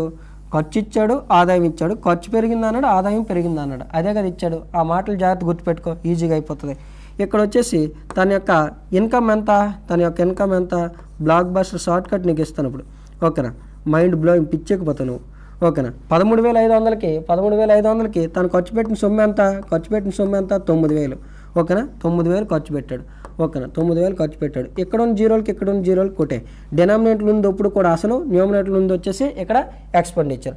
ఒకసారి అబ్జర్వ్ చేసినట్లయితే 45తో ఎన్ని టైమ్స్ పోతుంది? 2 టైమ్స్. 45తో ఎన్ని టైమ్స్ పోతుంది? 3 టైమ్స్. అయిపోయింది చూడు క్వశ్చన్ అయిపోయింది, చూసుకో అయిపోయింది. ఒకసారి ఇక్కడ వచ్చేసి డినామినేటర్ ఉన్నది ఆదాయం. ఆ ఆదాయం ఎంత పెరిగిందంట? 14% పెరిగింది. అంటే ప్రతి మూడో భాగం 14 చొప్పున పెరిగింది. 3 14 ఎంత అయింది? 42 అయింది. ఎంత అయింది? 42. మరి ఖర్చు కూడా ఎంత పెరిగింది? 7 చొప్పున 14 పెరిగింది. ఓకేనా? 14 పెరిగింది. ఇదేమో ఆదాయం, ఇదేమో ఖర్చు. ఈ రెండింటి మధ్య భేదం ఏమవుతుంది? పొదుపు అవుతుంది. ఆ పొదుపే ఎంత సార్ అంటే మనకి 28%. ఓకేనా? ఎంత ఈజీ చేసాను చూడండి. జస్ట్ డినామినేటర్లో వచ్చేసి ఏం తీసుకున్నాం సార్ అంటే నీ యొక్క శాలరీ తీసుకున్నాం. న్యూమరేటర్లో ఏం తీసుకున్నాం సార్ అంటే నీ యొక్క ఎక్స్పెండిచర్ తీసుకున్నాం. రేషియో తీస్తే 2/3 వచ్చింది. ఆదాయం 3 14 42 పెరిగింది. 2 7 14 పెరిగింది. ఇది ఆదాయం, ఇది ఖర్చు. రెండింటి మధ్య భేదాన్ని ఏమని పిలుస్తాం? పొదుపు అని పిలుస్తాం. నీ ఆన్సర్ కూడా ఏమవుతుంది సార్ అంటే నీ ఆన్సర్ కూడా 28 అవుతుంది. అయితే ఇదే క్వశ్చన్ని చాలామంది స్టూడెంట్లు వేరు క్వశ్చన్ల కంటే ఈ టైప్ ఆఫ్ క్వశ్చన్లకి అప్లై చేస్తారు. కొన్ని సందర్భంలో అప్లై అవ్వలేదు అనుకుంటారు. ఎలాగ అప్లై అవ్వలేదు అనుకుంటారు అంటే చాలామంది ఈ ఆన్సర్ ఇక్కడ 28 వచ్చింది కదా, కొన్నిసార్లు ఇక్కడ 2/3 కాకుండా మనకి 3/5 వస్తుంది. ఏంటి? 3/5 వస్తుంది. 3/5 వస్తుంది. అలాంటప్పుడు గ్యాప్ ఎంత ఉంది? న్యూమరేటర్కి డినామినేటర్ గ్యాప్ ఎంత ఉంది? 2 ఉంది. కాబట్టి ఈ భేదాన్ని అప్పుడు ఏం చేయాలి సార్ అంటే ఈ భేదాన్ని అంటే ఎవరిని? 28ని ఏం చేయాలి? /2 చేయాలి. ఇక్కడ డిఫరెన్స్ 1 ఉంది కాబట్టి డైరెక్ట్గా ఆన్సర్ తీసుకున్నాం. అదే కానీ డిఫరెన్స్ 2 ఉందనుకో దీన్ని /2 చేస్తా. డిఫరెన్స్ 3 ఉందనుకో దీన్ని /3 చేస్తా. అదే డిఫరెన్స్ 4 ఉందనుకో 4 7 అని చెప్తాను, అంటే /4 చేస్తాను. కాబట్టి కేర్ఫుల్గా రాసుకునేటప్పుడు షార్ట్ కట్ ఏదైనా ఫాలో అయ్యేటప్పుడు దాని కండిషన్ కూడా రైట్ సైడ్ రాసుకోవాలి. ఏంటి? న్యూమరేటర్కి డినామినేటర్ భేదం ఒకటి ఉంటే డైరెక్ట్ భేదమే ఆన్సరు.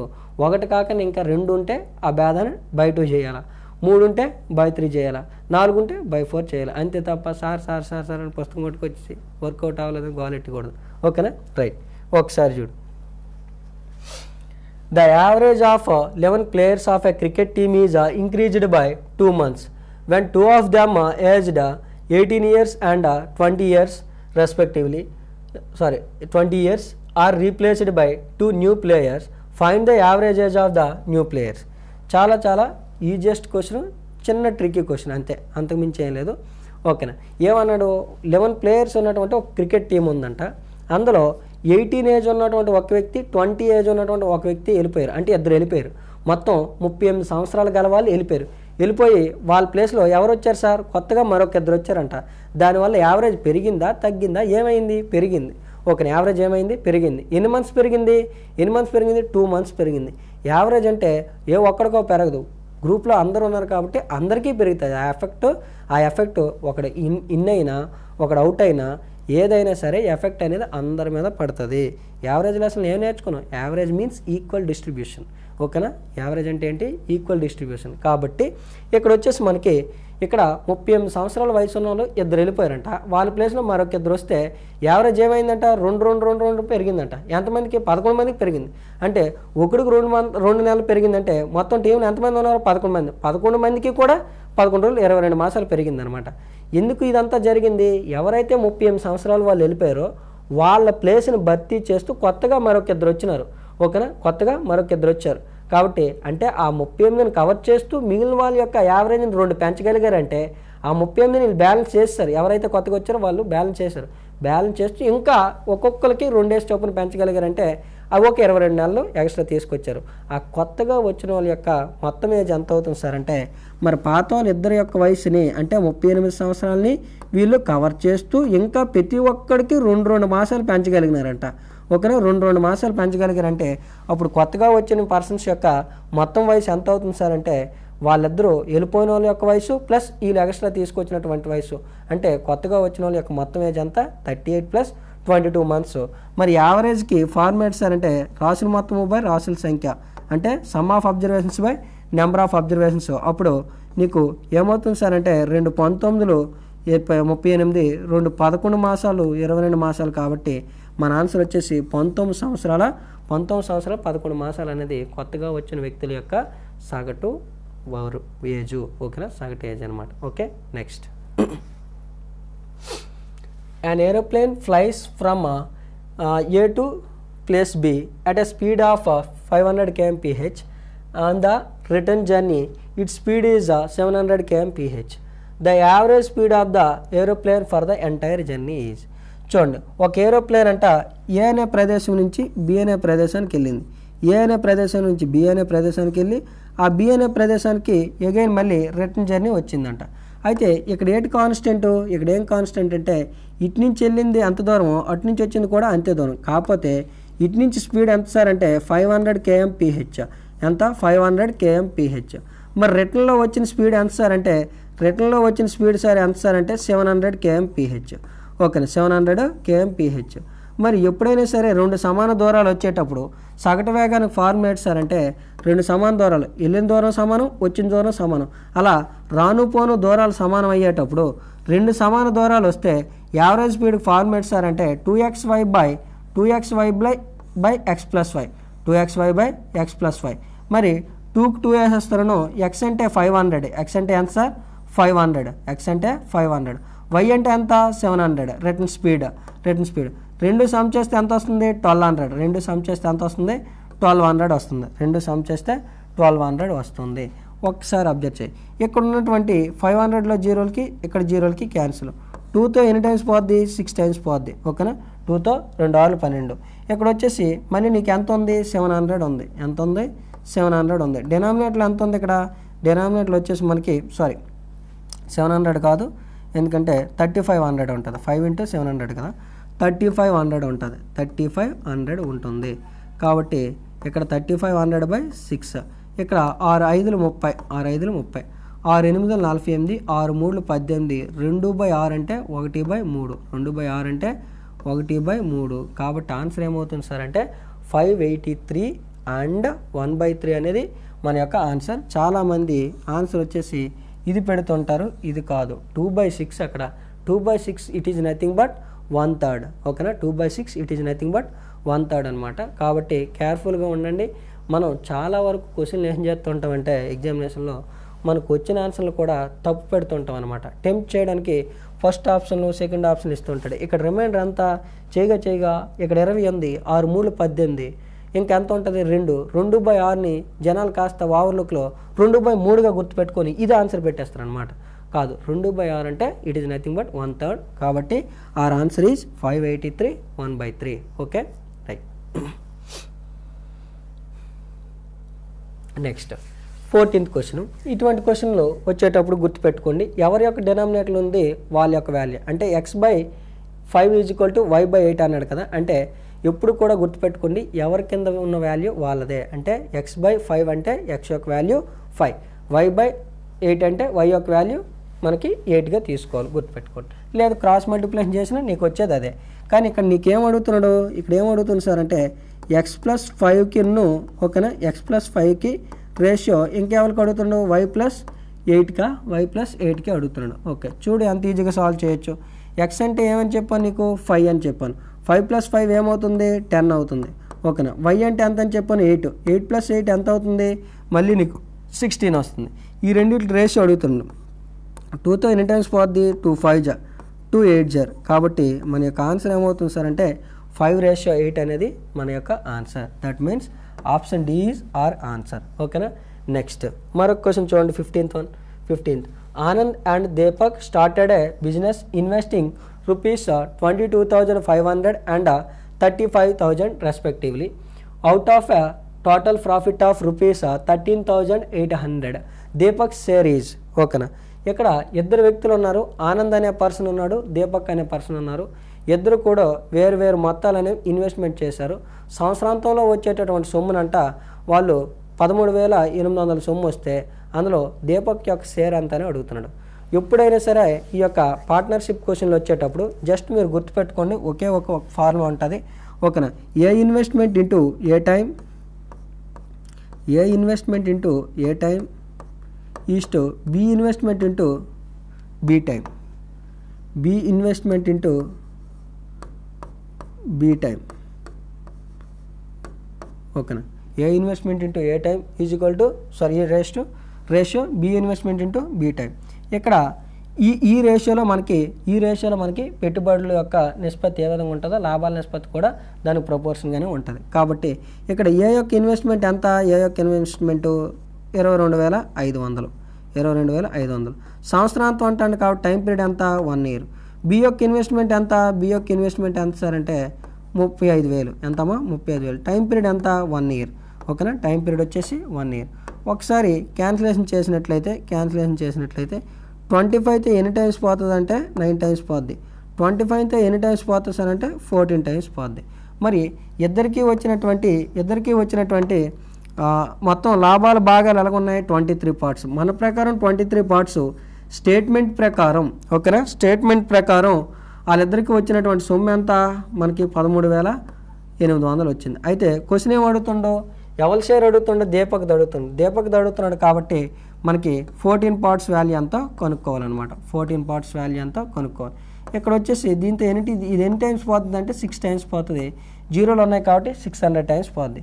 క్రాస్గా మల్టిప్లై చేస్తున్నట్లయితే మనకి అప్పుడు ఎంత వస్తుంది సార్ అంటే 8,400 రూపాయలు అనేది మన యొక్క ఆన్సర్. 8,400 రూపాయలు అనేది మన యొక్క ఆన్సర్ అనమాట. ఓకేనా. క్వశ్చన్లు అన్నీ కూడా చాలా అద్భుతమైన క్వశ్చన్లు అండి. మీకు ఈజీగా ఎక్కించే ప్రయత్నం చేస్తున్నాను. వే ఆఫ్ టీచింగ్ అవ్వచ్చు, ప్రతిదీ నాకు తెలిసి మీకు నచ్చుతుంది అనుకుంటున్నాను. ఓకేనా. ఇప్పుడు వరకు మన ఛానల్ సబ్స్క్రైబ్ చేయనట్లయితే సబ్స్క్రైబ్ చేయండి. మీ ఫ్రెండ్స్కి కూడా ఈ యొక్క వీడియో అనేది షేర్ చేయండి. ఓకే. నెక్స్ట్ మరొక సమ్ చూడండి. If 5432*7 is divisible by 9, then digit in place of star is. ఓకేనా. Digit in place of star is. ఇక్కడ వచ్చేసి మనకి ఒక నెంబర్ ఇచ్చాడు, అది ఎగ్జాక్ట్గా 9తో డివిజిబుల్ అవుతుందట.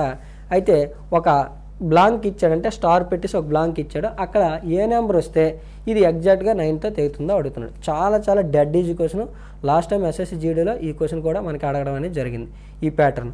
ఓకేనా. ఇక్కడ వచ్చేసి ఈ క్వశ్చన్ సాల్వ్ చేయాలంటే ఫస్ట్ ఆఫ్ ఆల్ ఆస్పిరెంట్కి డివిజిబిలిటీ రూల్స్ మీద, అంటే మనకి బాధ్యనీయత సూత్రాలు ఉంటాయి కదా, నెంబర్ సిస్టమ్ దగ్గరలో మనం చదువుతాం. ఆ బాధ్యనీయత సూత్రాలు గుర్తున్నట్లయితే ఈజీగా క్వశ్చన్ సాల్వ్ చేయొచ్చు. 9 యొక్క డివిజిబిలిటీ రూల్ ఏంటి, సంఖ్యలో అంకెల మొత్తం అనేది. ఓకేనా. సంఖ్యలో అంకెల మొత్తం అనేది 9తో తెగితే ఆ నెంబర్ మొత్తం 9తో తెగినట్టే. మనకి 3 కూడా సేమే. సంఖ్యలో అంకెల మొత్తం అంతా నీకు 3తో క్యాన్సిల్ అయినట్లయితే ఆ నెంబర్ కూడా 3తో క్యాన్సిల్ అయినట్టే. అంటే సమ్ ఆఫ్ డిజిట్స్ అనేది గివెన్ నెంబర్తో ఎగ్జాక్ట్లీ డివిజిబుల్ అయితే ఆ నెంబర్ మొత్తం 9తో డివిజిబుల్ అయినట్టే. ఇప్పుడు చూడు, ఇక్కడ వచ్చేసి ఇక్కడ 5 సమ్ ఆఫ్ డిజిట్స్ చూస్తున్నాను. 5 4 ఇంకా 3 + 2 + స్టార్ అంటే సమ్ ఎక్స్ అనుకుంటున్నాను +7. ఈ నెంబర్ వచ్చేసి ఎగ్జాక్ట్గా 9తో డివిజిబుల్ అవ్వాలంటే నీకు ఈ యొక్క ఎక్స్ ప్లేస్లో ఎవరు ఉండాలని అడుగుతున్నాడు. నాకు ఎక్కడైనా సరే 9 కౌంట్ వస్తే అది 9తో క్యాన్సిల్ అవుతుంది కాబట్టి పక్కన పెట్టేస్తున్నాను. 2 7 9తో క్యాన్సిల్ అవుతాయి కాబట్టి, ఎందుకంటే 2 + 7 9 కాబట్టి 9తో క్యాన్సిల్ అవుతుంది కాబట్టి పక్కన పెట్టేస్తాను. ఎటు వచ్చి నాకు ఎంత ఉంది, ఇంకా 3 + x ఉంది. ఈ 3 + x అంటే ఎగ్జాక్ట్గా 9తో డివైడ్ అవ్వాలంటే ఆప్షన్లో ఉన్నటువంటి ఏ నెంబర్ని సబ్స్టిట్యూట్ చేస్తే సరిపోద్దో చూసుకో. ఇక్కడ వచ్చేసి నేను 0 పెట్టాను అనుకో 3/9 క్లియర్గా క్యాన్సిల్ కాదు. అదే కానీ 1 పెట్టాను అనుకో 4/9 అవుతుంది, 4 కూడా 9తో క్యాన్సిల్ కాదు. అదే 6 కానీ పెట్టాను అనుకో అప్పుడు నాకు ఏమవుతుంది సార్ అంటే 6 పెడితే 3 + 6 9 అవుతుంది, 9/9 ఎగ్జాక్ట్గా డివైడ్ అవుతుంది. కాబట్టి అప్పుడు నా యొక్క ఆన్సర్ ఏమవుతుంది సార్ అంటే అప్పుడు నా యొక్క ఆన్సర్ వచ్చేసి మనకి ఆప్షన్ సి అనేది మన యొక్క ఆన్సర్ అనమాట. ఓకేనా. Next, how many natural numbers 400 to 800 are multiple of 3, 4, 5? 400 నుండి 800 లోపు గల సహజ సంఖ్యల్లో 3, 4, 5లతో భాగించబడేవి ఎన్ని సంఖ్యలు ఉన్నాయని అడుగుతున్నాను. చాలా చాలా ఇంపార్టెంట్ క్వశ్చన్. ఇది కూడా లాస్ట్ టైం మనకి ఎస్ఎస్సి జీడీలో అడిగినటువంటి క్వశ్చన్. ఏమిచ్చాడు, 400 నుంచి 800 లోపు గల సహజ సంఖ్యల్లో 3తోని 4తోని 5తో తెగే సంఖ్యలు ఎన్ని ఉన్నాయని అడుగుతున్నాడు. ఎప్పుడైతే ఇటువంటి క్వశ్చన్ వచ్చిందో యాస్పిరెంట్ ఏం చేస్తాడు, తెలియని వాళ్ళు ఏం చేస్తారు, 3తో అన్నీ చూడటం, 4తో అన్నీ చూడటం, 5తో అన్నీ చూడటం చేస్తారు. అలా చేస్తే 100% నువ్వైతే ఎగ్జామ్ క్వాలిఫై కావు.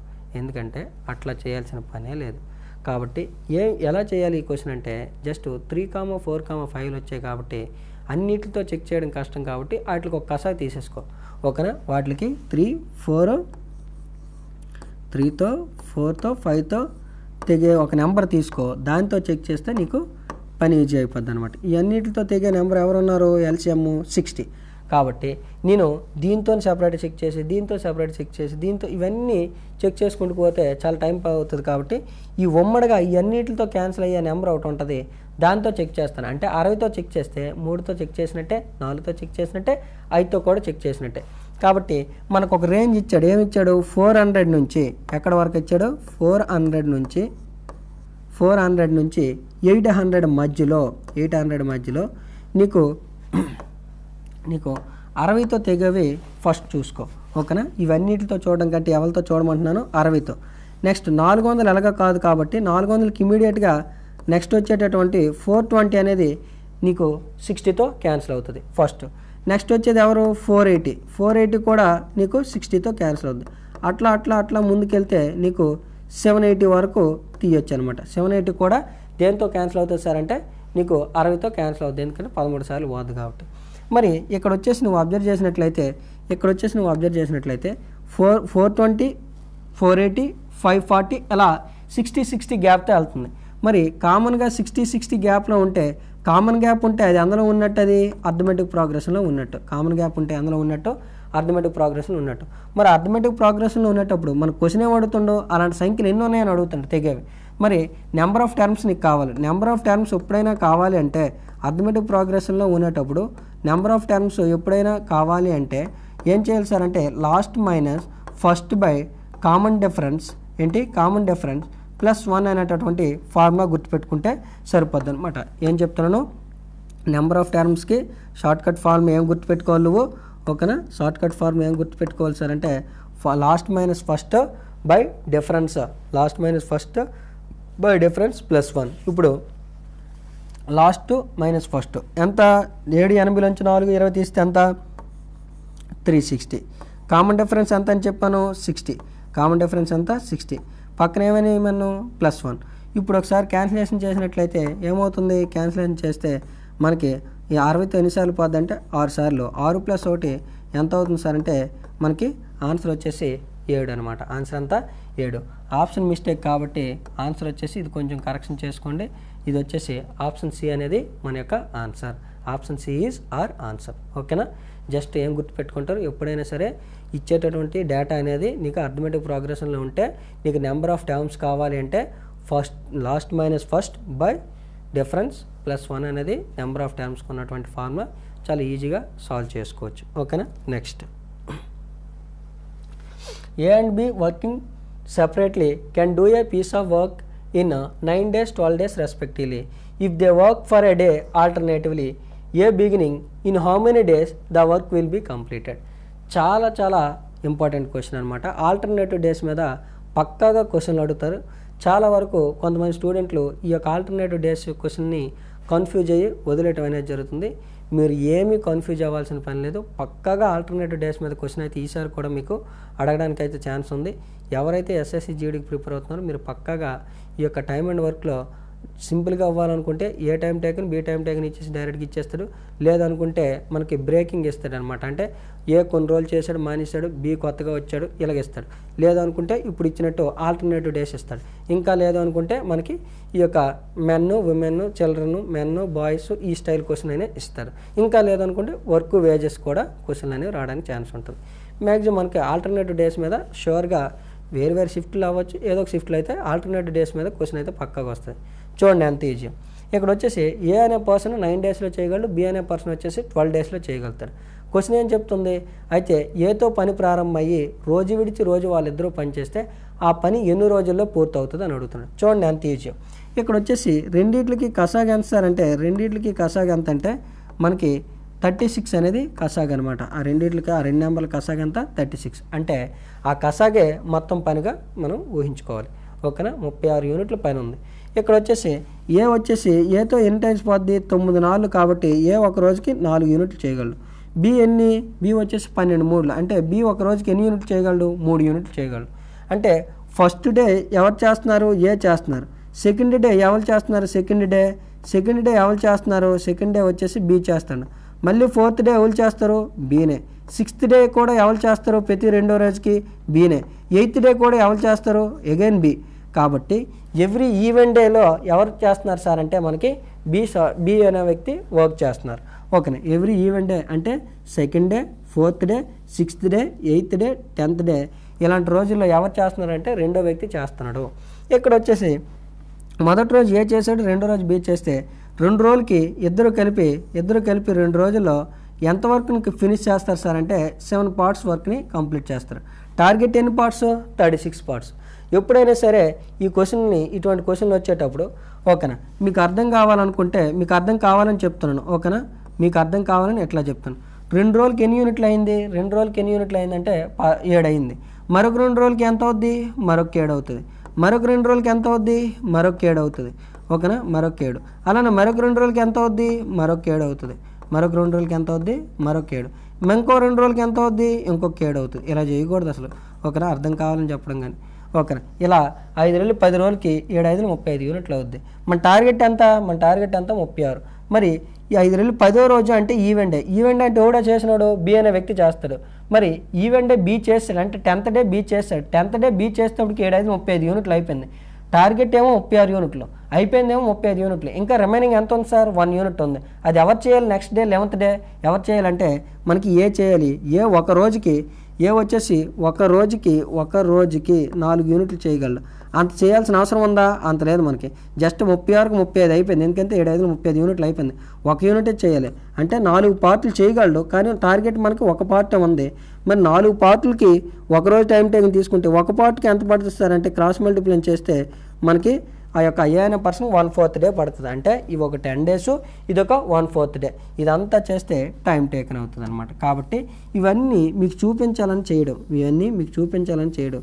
కాబట్టి ఇదంతా లేకుండానే డైరెక్ట్గా ఇక్కడ ఏం చేస్తామంటే డైరెక్ట్గా దీన్ని 36కి దగ్గరగా వెళ్ళేటట్టు ప్లాన్ చేసుకోవాలి. ఓకేనా, మరి ఇటు 5తో మల్టిప్లై చేస్తే ఇటు కూడా 5తో మల్టిప్లై చేయాలి. ఇప్పుడు నాకు ఎంత అవుతుంది, 10 డేస్ అవుతుంది. ఇప్పుడు 7 5 ఎంత 35 అవుతుంది. 7 5 ఎంత 35 యూనిట్లు అయిపోయింది. ఓకేనా, 36 యూనిట్లకి 35 యూనిట్లు అయిపోయింది. ఇంకా 1 యూనిట్ ఉంది. మరి 10 డేస్ అంటే ఈవెంట్ డే అంటే బి అయిపోయాడు. నెక్స్ట్ 11th డే ఎవడు రావాలి సార్ అంటే ఏ రావాలి. ఏ ఒక రోజుకి 4 చేస్తాడు. అంత అవకాశం ఉందా మనకి, 1 యూనిట్ చేస్తే చాలు. కాబట్టి మనకి పాత ఒక 10 డేస్ ప్లస్ ఏ ఆ 1 డేలో 1/4 డేలో ఆ 1 యూనిట్ అనేది కంప్లీట్ చేస్తాడు. కాబట్టి ఇక్కడ టైం టేకన్ ఎంత పడుతుంది అంటే మనకి 10 1/4 డేస్ పడుతుంది. ఎంత 10 1/4 డేస్ అనేది పడుతుంది. గుర్తుపెట్టుకోండి, చాలా చాలా అద్భుతమైన ఎక్స్ప్లెనేషన్ అనేది మీకు ఇవ్వడం అనేది జరిగింది. ఇటువంటి ఛాన్స్ అనేది మళ్ళీ రాదు. ఇంత మంచి అప్డేట్ కూడా మీకు ఎవరు ఇవ్వలేరు. కాబట్టి ఇప్పటి వరకు మన ఛానల్ ఎవరైతే సబ్స్క్రైబ్ చేయలేదో సబ్స్క్రైబ్ చేయండి. అలానే మీ యొక్క ఫ్రెండ్స్కి కూడా ఈ యొక్క ఛానల్ని ఫార్వర్డ్ చేయండి. ఓకేనా, సో దట్ ఏ రకమైనటువంటి అప్డేట్ వచ్చినా భవిష్యత్తులో ఎస్ఎస్సి జీడీ తరపున మీ అందరికీ మేము అందుబాటులో ఉంటాము. ఏమైనా డౌట్లు ఉన్నట్లయితే ఇందాక మీకు చూపించినటువంటి డిస్క్రిప్షన్లో ఉన్నటువంటి నెంబర్లకి మీరు కాల్ చేయొచ్చు, టెక్స్ట్ చేయొచ్చు. What ever doubts you can pass the questions, you can send the question, I will give you the answer to you, no problem at all. ఓకేనా? సో దట్ గుర్తుపెట్టుకోండి.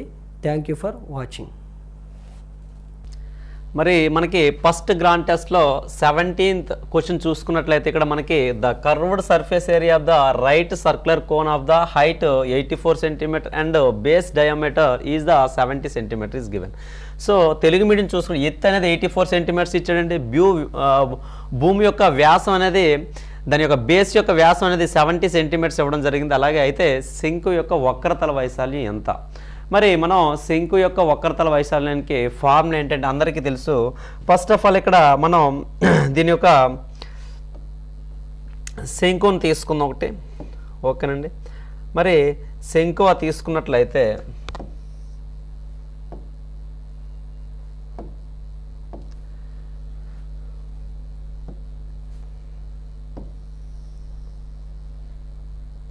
చూడమ్మా, శంకు తీసుకున్నట్లయితే ఇక్కడ మనకి దీని యొక్క ఇది మొత్తం డయామీటర్ అంటామండి, అవునా కాదు? ఇది సెంటర్ అనుకున్నట్లయితే దీని మొత్తం మనం డయామీటర్ అంటాం.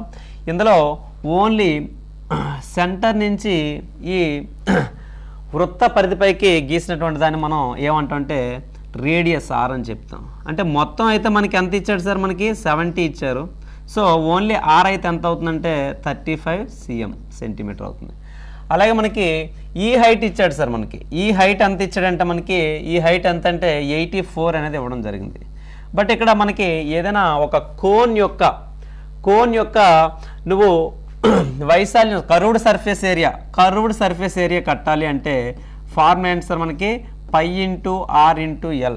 మరి మనం ఎల్ అంటే ఏంటి సార్? ఈ స్లాంట్ ఈ వాల్నే మనం ఎల్ అంటాం, వాల్ ఎత్తు లేదా స్లాంట్ హైట్ అంటాం. దీన్ని మనం ఎల్ అని చెప్తాం. మరి మీరు ఇక్కడ అబ్జర్వ్ చేసినట్లయితే ఒక రైట్ యాంగిల్ ట్రయాంగిల్ ఫ్రేమ్ అయిందండి. ఇదేమో 90 డిగ్రీ ఉంటుంది, ఇదేమో 35 అంట, ఇదేమో 84 అండి. మరి దీని యొక్క హైపోటెనస్ అంటే కర్ణం వెళ్ళి తెలిసినప్పుడు మనకి ఈ ఎల్ అనేది మనం ఫైండ్ అవుట్ చేయడం జరుగుతుంది. సో మరి మీరు ఆల్రెడీ ట్రిప్లెట్ ఒకటి ఫార్ములా చూసుకున్నట్లయితే ఈ రెండు నెంబర్లు కూడా కామన్ ఒక మల్టిపుల్తో క్యాన్సిలైజేషన్ అవుతాయి. ఏంటి సార్ అవంటే మనం చూసుకున్నట్లయితే 7 5s, ఇక్కడేమో 7 12s పోతుందండి. అంటే మనకి 5 వచ్చినప్పుడు 12 13 వస్తాయని మనకు తెలుసు ఆల్రెడీ ట్రిప్లెట్స్లో. సో ఇది కూడా ఏమవుతుందంటే 7 × 13గా ఉంటుందండి. ఎలా ఉంటుందండి? 7 × 13గా ఉంటుంది. మరి 7 13s ఎంత అంటే 91 సార్. మరి మనకి ఎల్ యొక్క వాల్యూ తెలిసిపోయింది కాబట్టి జస్ట్ సబ్స్టిట్యూట్ చేసినట్లయితే 22/7 × 35 × ఎల్ ఎంత సార్? 91. మరి ఇక్కడ 7 1s 7 5s 5 22s 110 × 91. మనం ఇంటూ చేసినట్లయితే 91 0s 0, 91 1s 91 కాబట్టి 1 ఇక్కడ స్థానం 9 తీసుకుంటే 91 1s 91 + 9 అనేది 100 అవుతుంది. మన ఆన్సర్ ఏమో ఇదండి, ఇది. సో ఈ విధంగా మనం సింపుల్గా వక్రతల వైశాల్యం అనేది ఫైండ్ అవుట్ చేయాలి. సో నెక్స్ట్ మన గ్రాండ్ టెస్ట్ 1లో 20th సమ్ చూసుకున్నట్లయితే ఇక్కడ ఏం అడగడం జరిగిందంటే if a cylinder is made by a square sheet of a side 21 centimetres. మరి మీరు అబ్జర్వ్ చేసినట్లయితే ఇదొక స్క్వేర్ పేపర్ అనుకుందండి. దీన్ని సిలిండర్ చేయాలంటే ఏం చేయాలంటే ఈ ఎడ్జెస్ని కలపాలి. ఓకేనండి. కలిపితే ఏమైంది సార్? ఇప్పుడు మనకి రోలుగా ఒక డబ్బా లేదంటే ఒక సిలిండర్ లేదంటే ఒక డ్రమ్ లాగా ఈ సేఫ్ అనేది తయారైంది. మరి మీరు అబ్జర్వ్ చేస్తే దీన్ని ఓపెన్ చేస్తే ఏంటంటే ఇది స్క్వేర్. ఈ ఏరియా కదా మనకి కర్వ్డ్ ఏరియా. ఎప్పుడైతే దీన్ని మనం సిలిండర్లా మారుస్తానో ఈ పేపర్ యొక్క మొత్తం ఏరియా మనకి ఏమవుతుందంటే కర్వ్డ్ సర్ఫేస్ ఏరియా అవుతుంది, వక్రతల వైశాల్యం అవుతుంది. దీన్ని ఓపెన్ చేస్తే ఏమైపోతుందండి? ఇది ఒక స్క్వేర్ పేపర్, రెక్టాంగులర్ షేప్లో ఉంది. బట్ నేను ఫర్ ఎగ్జాంపుల్ స్క్వేర్ అనుకోండి, ఏమవుతుందండి? ఇదే కదా స్క్వేర్. దీని ఏరియా ఏమవుతుంది? కర్వ్డ్ ఏరియా అవుతుంది. మరి దీని ఏరియా అంటే ఏంటంటే ఇది స్క్వేర్ కాబట్టి సైడ్ ఇంటూ సైడ్ అంటే మనకు ఆల్రెడీ సైడ్ ఏమి ఇచ్చాడు సార్? 21 ఇచ్చాడు కాబట్టి 21 × 21 441. ఇది మన ఆప్షన్. సో ఇచ్చిన క్వశ్చన్ ఎప్పుడు కూడా మనం కాంపిటేటివ్లో ఫస్ట్ ఆఫ్ ఆల్ చేయాల్సిందంటే క్వశ్చన్ మనం అర్థం చేసుకోవాలి. క్వశ్చన్లో ఏం ఇవ్వడం జరిగింది, మనం ఏం చేయాలి అనేది మనం క్లియర్గా తెలుసుకోవాలి. సో ఒక స్క్వేర్ షేప్డ్ పేపర్ని మనం ఫోల్డ్ చేసి ఆ రెండు ఎడ్జెస్ ఏవో రెండు సైడ్స్నేమో కలపడం వల్ల ఏంటంటే మనకి డ్రమ్ షేప్ లేదంటే ఒక డబ్బా షేప్ లేదంటే ఒక సిలిండర్ షేప్ ఏర్పడుతుందట.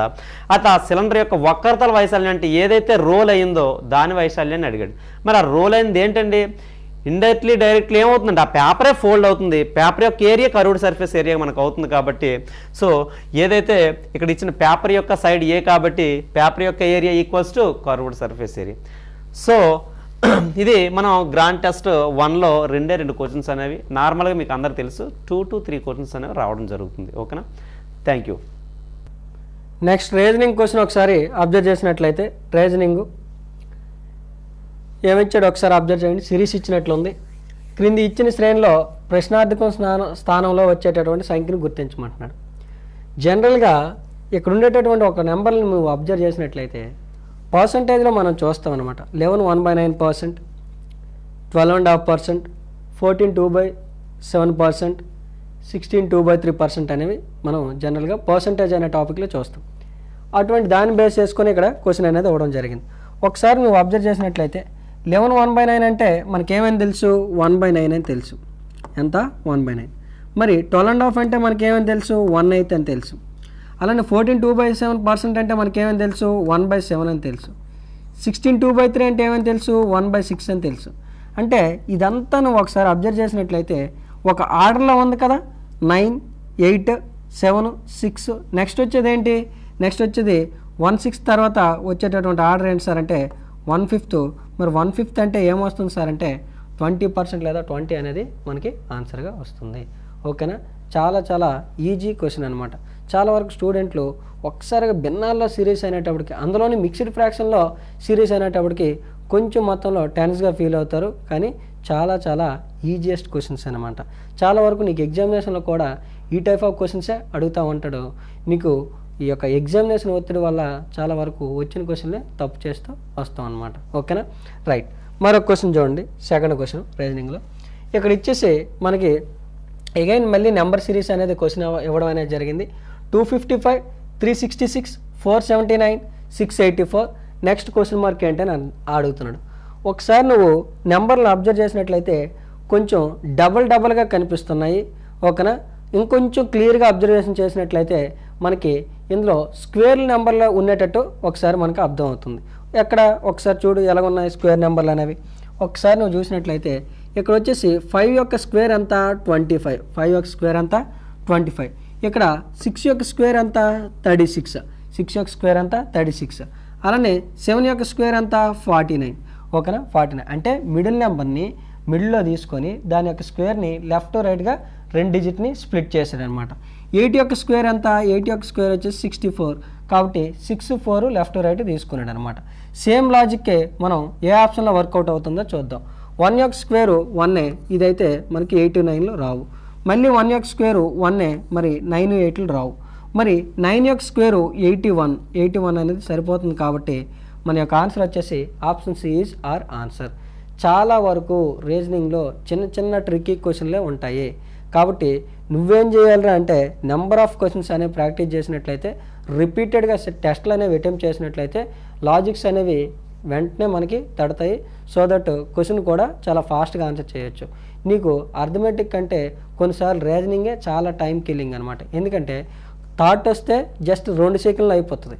థాట్ రాలేదా క్వశ్చన్ చూస్తావు, ఈజీదే, వదిలిపెట్టబుద్ధి కాదు, టైం కన్జంప్షన్ అంతా నువ్వు ఇక్కడ చేసేస్తావు అనమాట. కాబట్టి number of questions, number of tests అనేవి రీజనింగ్ కూడా రిపీటెడ్ ప్రాక్టీస్ చేస్తే ఈ లాజిక్స్ అనేవి చాలా ఫాస్ట్గా నీకు వస్తాయి అన్నమాట. కాబట్టి ప్రాక్టీస్ కావాలి.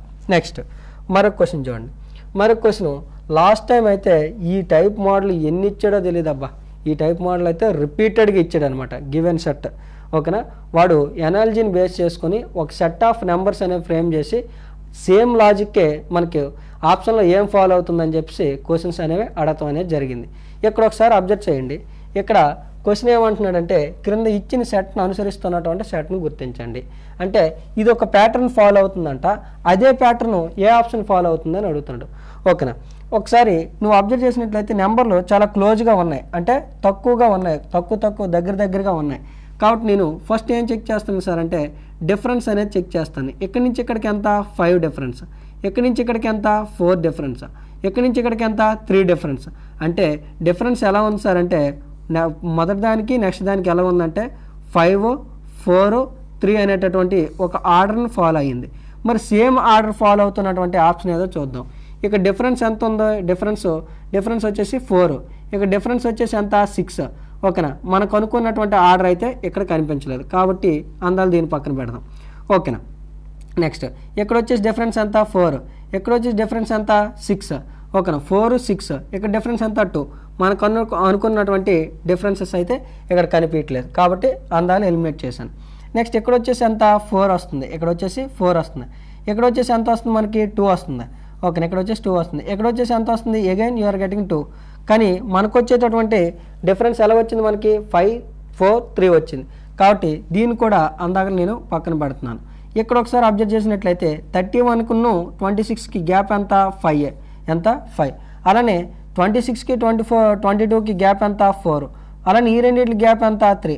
అంటే మనకి ముందు నెంబర్కి నెక్స్ట్ నెంబర్కి వరుసగా కాన్సిక్యూటివ్ టర్మ్స్ మధ్య గ్యాప్ ఏ స్టైల్లో ఉంది సార్ అంటే 5, 4, 3, 2 ఈ స్టైల్లో ఉందన్నమాట. కాబట్టి సేమ్ లాజిక్నే పాటిస్తున్నటువంటి ఆప్షన్ ఏమొచ్చింది సార్ అంటే ఆప్షన్ డి అనేది మన యొక్క ఆన్సర్. సింపుల్గా ఈ క్వశ్చన్ మనం ఎక్కువగా అనాలజీ సిమిలారిటీలో చూస్తాం అనమాట. లాస్ట్ టైం రిపీటెడ్గా ఈ టైప్ ఆఫ్ క్వశ్చన్స్ అనేవి మనకు అవ్వడం జరిగింది. ఈసారి కూడా షూర్గా నాకు తెలిసి ఈ మోడల్ అయితే పక్కాగా వస్తుంది. బాగా ప్రాక్టీస్ కాండి. మన యొక్క యాబీ టెస్ట్లో కూడా కొన్నిసార్లు 2 క్వశ్చన్లు కూడా మనం పెట్టడం అనేది జరిగింది మోడల్ యొక్క ఇంపార్టెన్స్ని బట్టి. సో దట్ మీరు బాగా ప్రాక్టీస్ కావాలి. నెక్స్ట్ మరొక క్వశ్చన్ చూడండి. Which word will appear third in the dictionary. ఒక 4 పదాలు ఇచ్చాడు. ఆ 4 పదాల్లో మనకి థర్డ్ లెటర్గా ఏమొస్తుందని అడుగుతున్నాడు. ఇది ఎవరైనా చిన్నపిల్లలు కూడా చేసే క్వశ్చన్. దీనికి ప్రత్యేకించి ఎక్స్ప్లెనేషన్ ఏం అవసరం లేదు. ఒకసారి చూసినట్లయితే అన్నిటిలో పిఏఆర్ఏఎల్ ఉంది, పిఏఆర్ఏఎల్ ఉంది, పిఏఆర్ఏఎల్ ఉంది, పిఏఆర్ఏఎల్ ఉంది. నెక్స్ట్ ఇక్కడ డబుల్ ఎల్ ఉంది, ఇక్కడ వై ఉంది, ఇక్కడ వై ఉంది, ఇక్కడ వై ఉంది. ఓకేనా, అంటే ఎల్ ముందు వస్తుందా వై ముందు వస్తుంది అంటే డిక్షనరీ ఆర్డర్ ప్రకారం ఎల్ ముందు వస్తుంది కాబట్టి ఇక్కడ మనకి ఫస్ట్ టర్మ్ ఎవరురా అంటే ఆప్షన్ డి అనేది first term. But what they're asking third term అడిగారు. ఏమడిగారు సార్ థర్డ్ టర్మ్ అడిగారు కాబట్టి ఇప్పుడు ఎల్ తర్వాత మనకి అన్నిటిలో వై వై వై వై ఉంది. ఓకేనా, ఈ మూడిట్లో ఏది సెకండ్ ప్లేస్ తెలియదు కాబట్టి నెక్స్ట్ లెటర్కి వెళ్తున్నాను. ఇక్కడ ఎస్ ఉంది, ఇక్కడ టీ ఉంది, ఇక్కడ జెడ్ ఉంది. ఎస్ తర్వాత టీ వస్తుంది అంటే ఇదేమవుతుంది సెకండ్ టర్మ్ అవుతుంది. ఎస్ తర్వాత టీ వస్తుంది కాబట్టి థర్డ్ టర్మ్ అవుతుంది. మిగిలిపోయింది ఏమవుతుంది సార్ జెడ్తో ఉంది కాబట్టి ఫోర్త్ టర్మ్ అవుతుంది. మనకు అడిగిన క్వశ్చన్ ఏంటి సార్ అంటే థర్డ్ టర్మ్ ఎవరైనా అడిగారు డిక్షనరీ ఆర్డర్ ప్రకారం. థర్డ్ టర్మ్ ఎవరు సార్ అంటే ఆప్షన్ బి అనేది మనకి థర్డ్ టర్మ్ అనమాట. నెక్స్ట్ మరొక క్వశ్చన్ చూడు. In a certain code language sister is written as JIJBEE. Sister is coded as JIJBEE. In the same way brother will be written in the same code language is అంటున్నాడు. అదే style సిస్టర్ని ఏం రాస్తావు JIJBEEగా రాస్తే బ్రదర్ని ఏ విధంగా రాస్తావని అడుగుతున్నాడు. చాలా చాలా ఇంపార్టెంట్ మోడల్. చాలామందికి అసలు స్ట్రైక్ అవ్వదన్నమాట. ఎప్పుడైనా గుర్తుపెట్టుకోండి ఈ యొక్క కోడింగ్ డీకోడింగ్లో నీకు క్వశ్చన్స్ వచ్చేసి కొన్నిసార్లు ఏఈఐఓఎల్ ఓవెల్స్ మీద ఫ్రేమ్ చేస్తుంటాడు, ఓవెల్స్ మీద ఫ్రేమ్ చేస్తాడు. అలానే కొన్నిసార్లు ఇండివిజువల్ డిజిటల్ సమ్ మీద కూడా క్వశ్చన్స్ అనేవి ఫ్రేమ్ చేస్తాడు. కొన్నిసార్లు వచ్చేసి మనకి నార్మల్గా వాటి యొక్క వాల్యూస్ను బేస్ చేసుకుని అంటే న్యూమరికల్ ఆల్ఫాబెటికల్ ఆర్డర్లో న్యూమరికల్ వాల్యూస్ను బేస్ చేసుకుని సింపుల్గా కూడా క్వశ్చన్లు అడుగుతాడు. ఎటు వచ్చి నీకు క్వశ్చన్లు ఎప్పుడు టఫ్ అనిపిస్తాయి సార్ అంటే డిజిటల్ సమ్ మీద క్వశ్చన్లు వచ్చినా టఫ్ అనిపిస్తాయి. అలానే నీకు ఓవెల్స్ మీద క్వశ్చన్లు వచ్చినా కొన్నిసార్లు ఫ్యాక్టోరియల్ మీద కూడా క్వశ్చన్లు అడుగుతుంటాడు. ఈ టైప్ ఆఫ్ క్వశ్చన్లు వచ్చేటప్పుడు యాస్పిరెంట్ సమ్వాట్ కన్ఫ్యూజన్ స్టేట్కి వెళ్తాడు. కాబట్టి నెంబర్ ఆఫ్ టైమ్స్ మీరు ఈ మోడల్ని ప్రాక్టీస్ కావాలి. ఓకేనా, ఏంటి ఒకసారి అబ్జర్వ్ చేయండి. ఏమిచ్చాడు నీకు, ఏమిచ్చాడు సార్ అంటే సిస్టర్ అంట. సిస్టర్ని ఏ విధంగా రాశాడు, సిస్టర్లో ఎస్ యొక్క న్యూమరికల్ వాల్యూ ఎంత నార్మల్గా నీకు 19 ఎలా రాశాడంట 1 + 9. 1 + 9 ఎంత 10 అంటే ఆల్ఫాబెటిక్ ఆర్డర్లో ఆల్ఫాబెట్స్లో 10th వాల్యూ ఎవరిది జేది అనమాట. ఓకేనా, అలానే ఐ అంటే ఏంటి సార్ అంటే 9. ఐ అంటే 9. మరి 9కి 9 కాబట్టి 9కి 9 వచ్చింది కాబట్టి డిజిటల్ సమ్ చేసిన మరి 9 యొక్క వాల్యూ ఏమవుతుంది సార్ అంటే ఆల్ఫాబెట్ ఏమవుతుందంటే ఐ. నెక్స్ట్ మళ్ళీ అగైన్ నీకేమొచ్చింది ఎస్ వచ్చింది. ఎస్ వచ్చిందంటే ఎందాక మళ్ళీ ఏమొస్తుంది సార్ అంటే జే వస్తుంది. ఎందుకంటే 1 + 9 you are getting 10. It is nothing but alphabet J. Same logic ఇక్కడ కూడా నువ్వు అబ్జర్వ్ చేసినట్లయితే 20 అంట. టీ అంటే 2 + 0 ఏమవుతుందంటే 2 అవుతుంది. కాబట్టి 2 అంటే మనకి ఏమొస్తుంది సార్ అంటే బి వస్తుంది. అగైన్ ఇక్కడ 5 అంటే 5 అంటే 5 అంటే 5 అంటే 5 కాబట్టి మళ్ళీ నీకేమొస్తుంది సార్ అంటే ఈ వస్తుంది. ఓకేనా. ఆర్ అంటే 18 కాబట్టి 1 + 8 ఏమవుతుంది సార్ అంటే 9 అవుతుంది. ఇక్కడ వచ్చేసి 9 అంటే ఐ. అంటే ఇండివిజువల్గా ఉన్నటువంటి డిజిట్స్ని యాడ్ చేసి మనకి తీసుకోవటం అనేది జరిగింది. మరి బ్రదర్కి కూడా సేమ్ లాజిక్ నువ్వు అప్లై చేసినట్లయితే బీకి ఇండివిజువల్ డిజిట్ సమ్ ఎంత అవుతుంది? బి అంటే 2 కాబట్టి 2ని ఇంక యాడ్ చేయడానికి లేదు కాబట్టి 2 వస్తుంది. అంటే ఆప్షన్ తప్పకుండా బీతో స్టార్ట్ అవ్వాలి. ఆప్షన్ బీతో స్టార్ట్ కాలేదు, ఎలిమినేట్ చేయి. ఆప్షన్ బీతో స్టార్ట్ కాలేదు, ఎలిమినేట్ చేయి. అంటే ఏ అనే ఆప్షను సి అనే ఆప్షన్ని ఎలిమినేట్ చేసాం. ఓకేనా. ఏ అనే ఆప్షన్ని సి అనే ఆప్షన్ని ఎలిమినేట్ చేసాం. నెక్స్ట్ వచ్చేసి ఆర్ అంటే ఏంటి? 18 అంటే ఎంత? 1 + 8. 1 + 8 అంటే 9 అంటే సెకండ్ ఏం రావాలి? ఐ రావాలి. సెకండ్ ఇక్కడ కూడా ఐ వచ్చింది. థర్డ్ ఇక్కడ ఈ ఉంది, థర్డ్ ఇక్కడ ఎఫ్ ఉంది. ఈజీగా ఎలిమినేట్ చేయొచ్చు. థర్డ్ అంటే ఎంత? 15 అంటే ఎంత? 6 అంటే ఎఫ్ రావాలి. ఎఫ్ ఇక్కడ రాలేదు కాబట్టి ఈ వచ్చింది, ఎలిమినేట్ చేయు. మరి ఎఫ్ ఇక్కడ వచ్చింది కాబట్టి ఆన్సర్ ఏమవుతుంది సార్ అంటే ఆప్షన్ డి అనేది నీకు ఆన్సర్. ఏం చెప్తున్నాను సార్ అంటే రీజనింగ్లో, కోడింగ్ అండ్ డీకోడింగ్లో తప్పకుండా నీకు ఏ ఎగ్జామినేషన్కి వెళ్ళినా దీని నుంచి క్వశ్చన్స్ అనేవి మినిమం 2 క్వశ్చన్స్, మ్యాక్సిమం 3 క్వశ్చన్స్ వరకు అడగడానికి అవకాశం ఉంది. ఇందులో నెట్ వచ్చి నీకు ఎక్కడ కష్టంగా అనిపిస్తుంది సార్ అంటే క్వశ్చన్లు వాడు ఎప్పుడైతే నీకు ఓవెల్స్ మీద కానీ ఇలా డిజిట్స్ని యాడ్ చేసి తీసుకునేటప్పుడు కానీ ఫ్యాక్టోరియల్ మీద కానీ ఓకేనా ఇలాంటి క్వశ్చన్లు వచ్చేటప్పుడు నీకు వెంటనే లాజిక్ దొరకదు. అలాంటప్పుడు నీకు ఈ మోడల్గా నువ్వు గుర్తుపెట్టుకోవాలన్నమాట. కాబట్టి చాలా మోస్ట్ ఇంపార్టెంట్ ప్రాక్టీస్ అయ్యింది. నెక్స్ట్ మరొక క్వశ్చన్ చూడండి. క్రింది వాటిలో భిన్నమైన దాన్ని గుర్తించండి. Choose the option which is different from the rest. ఓకేనా. 4 ఇచ్చాడు, అందులో ఒకరు భిన్నంగా ఉన్నారంట. ఒకసారి అబ్జర్వ్ చేసినట్లయితే ఈ క్వశ్చన్కి ఇక్కడ వచ్చేసి నార్మల్గా మనం కొంతమంది ఏం చేస్తుంటాం సార్ అంటే ఫస్ట్ అన్నీ యాడ్ చేస్తుంటాం అనమాట. అన్నీ యాడ్ చేస్తే 1 + 6 7, 7 + 2 ఎంత అంటే మనకి 9, 9 + 9 ఎంత అవుతుందంటే 18 అవుతుంది. నెక్స్ట్ ఇక్కడ కూడా ఏమవుతుంది సార్ అంటే మొత్తం అన్నీ కలిపితే 16 అవుతుంది అనమాట. ఏమవుతుంది? 16 అవుతుంది. ఒకసారి ఇక్కడ అన్నీ కలిపితే ఏమవుతుంది సార్ అంటే ఇక్కడ వచ్చేసి అగైన్ యు ఆర్ గెటింగ్ 18 అనమాట. ఇక్కడ మళ్ళీ నీకేమొస్తుంది సార్ అంటే 16 వస్తుంది. మరి మనకేమన్నాడు? క్వశ్చన్ ఏమన్నాడు? 4 ఒకటి డిఫరెంట్గా ఉన్నది అడిగాడు. మరి ఇక్కడేమో 2 ఒకలాగా ఉన్నాయి, 2 ఒకలాగా ఉన్నాయి.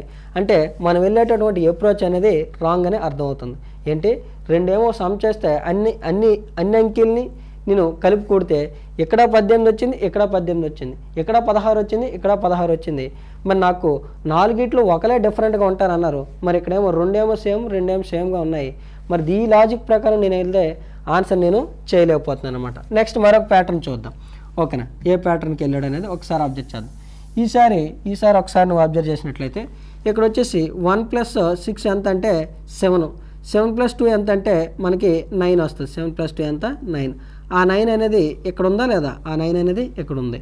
సేమ్ లాజిక్ ఇక్కడ కూడా అప్లై అవుతుందో లేదో చూద్దాం ఒకసారి. 3 + 4 ఎంత? 8. 3 + 4 ఎంత? 7. 7 + 1 ఎంత? 8 అనేది నీకు ఇక్కడ ఉంది కాబట్టి ఇది కూడా వర్కౌట్ అయ్యేటట్టు ఉంది. ఒకసారి అబ్జర్వ్ చేయి. ఇక్కడ 2 + 3 ఎంత? 5. 5 + 4 ఎంత? 9. ఆ 9 ఇక్కడ ఉంది కాబట్టి ఇది కూడా వర్కౌట్ అయినట్టు ఉంది. ఇక్కడ వర్కౌట్ అవుతుందో లేదో చూద్దాం. ఓకేనా. 1 + 8 9. 9 + 3 ఎంత అవుతుందంటే 12 అవుతుంది. మరి 12 నాట్ ఈక్వల్ టు 4 కాబట్టి మన యొక్క డిఫరెంట్ వన్ ఎవరు సార్ అంటే ఆప్షన్ డి అనేది మనకి డిఫరెంట్ వన్. ఆప్షన్ డి అనేది చాలా డిఫరెంట్ వన్గా మనం చెప్పొచ్చు. ఇవన్నీ మొదటి 3 డిజిట్స్ని యాడ్ చేస్తే 4th డిజిట్ వచ్చింది.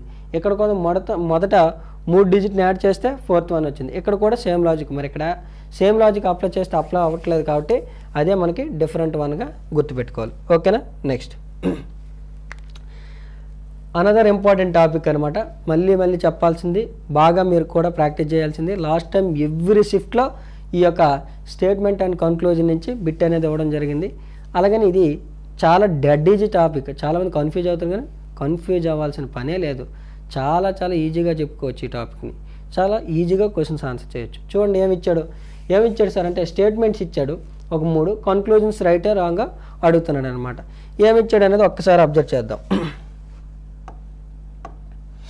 ఒకసారి చూడండి.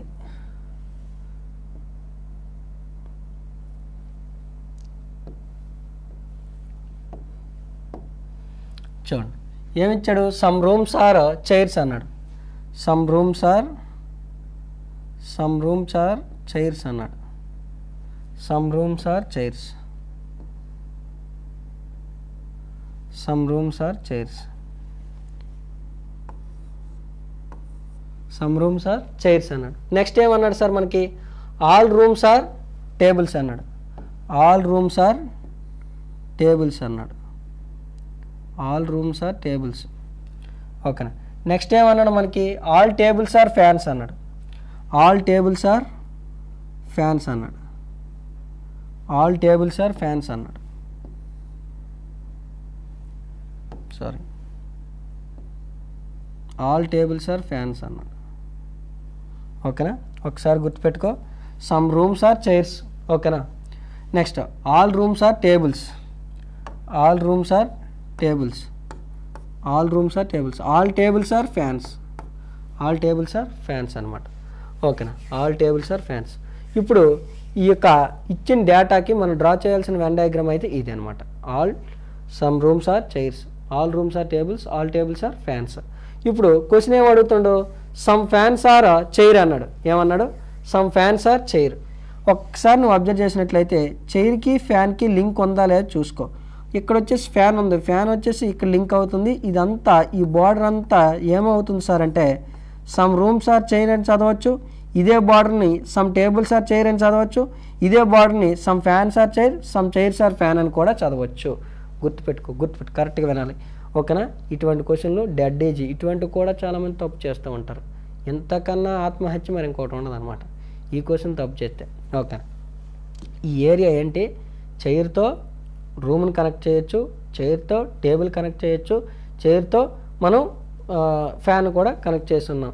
కాబట్టి ఈ area some rooms are chairs అని చదవచ్చు, సమ్ టేబుల్స్ ఆర్ చైర్స్ అని చదవచ్చు, సమ్ ఫ్యాన్స్ ఆర్ చైర్స్ అని చదవచ్చు. మరి ఫస్ట్ కన్క్లూజన్ ఏమి ఇచ్చాడు? Some fans are chair. Fan chair link ఉందా? లింక్ ఉంది. సమ్ అనే లింక్ ఉంది కాబట్టి ఇది రైట్, ఇది ఫాలో అవుతుంది. Next some tables are chair అన్నాడు. Some tables are chair. ఇగో టేబుల్కి చైర్కి లింక్ ఉందంటే ఇదే ఏరియాలో లింక్ ఉంది.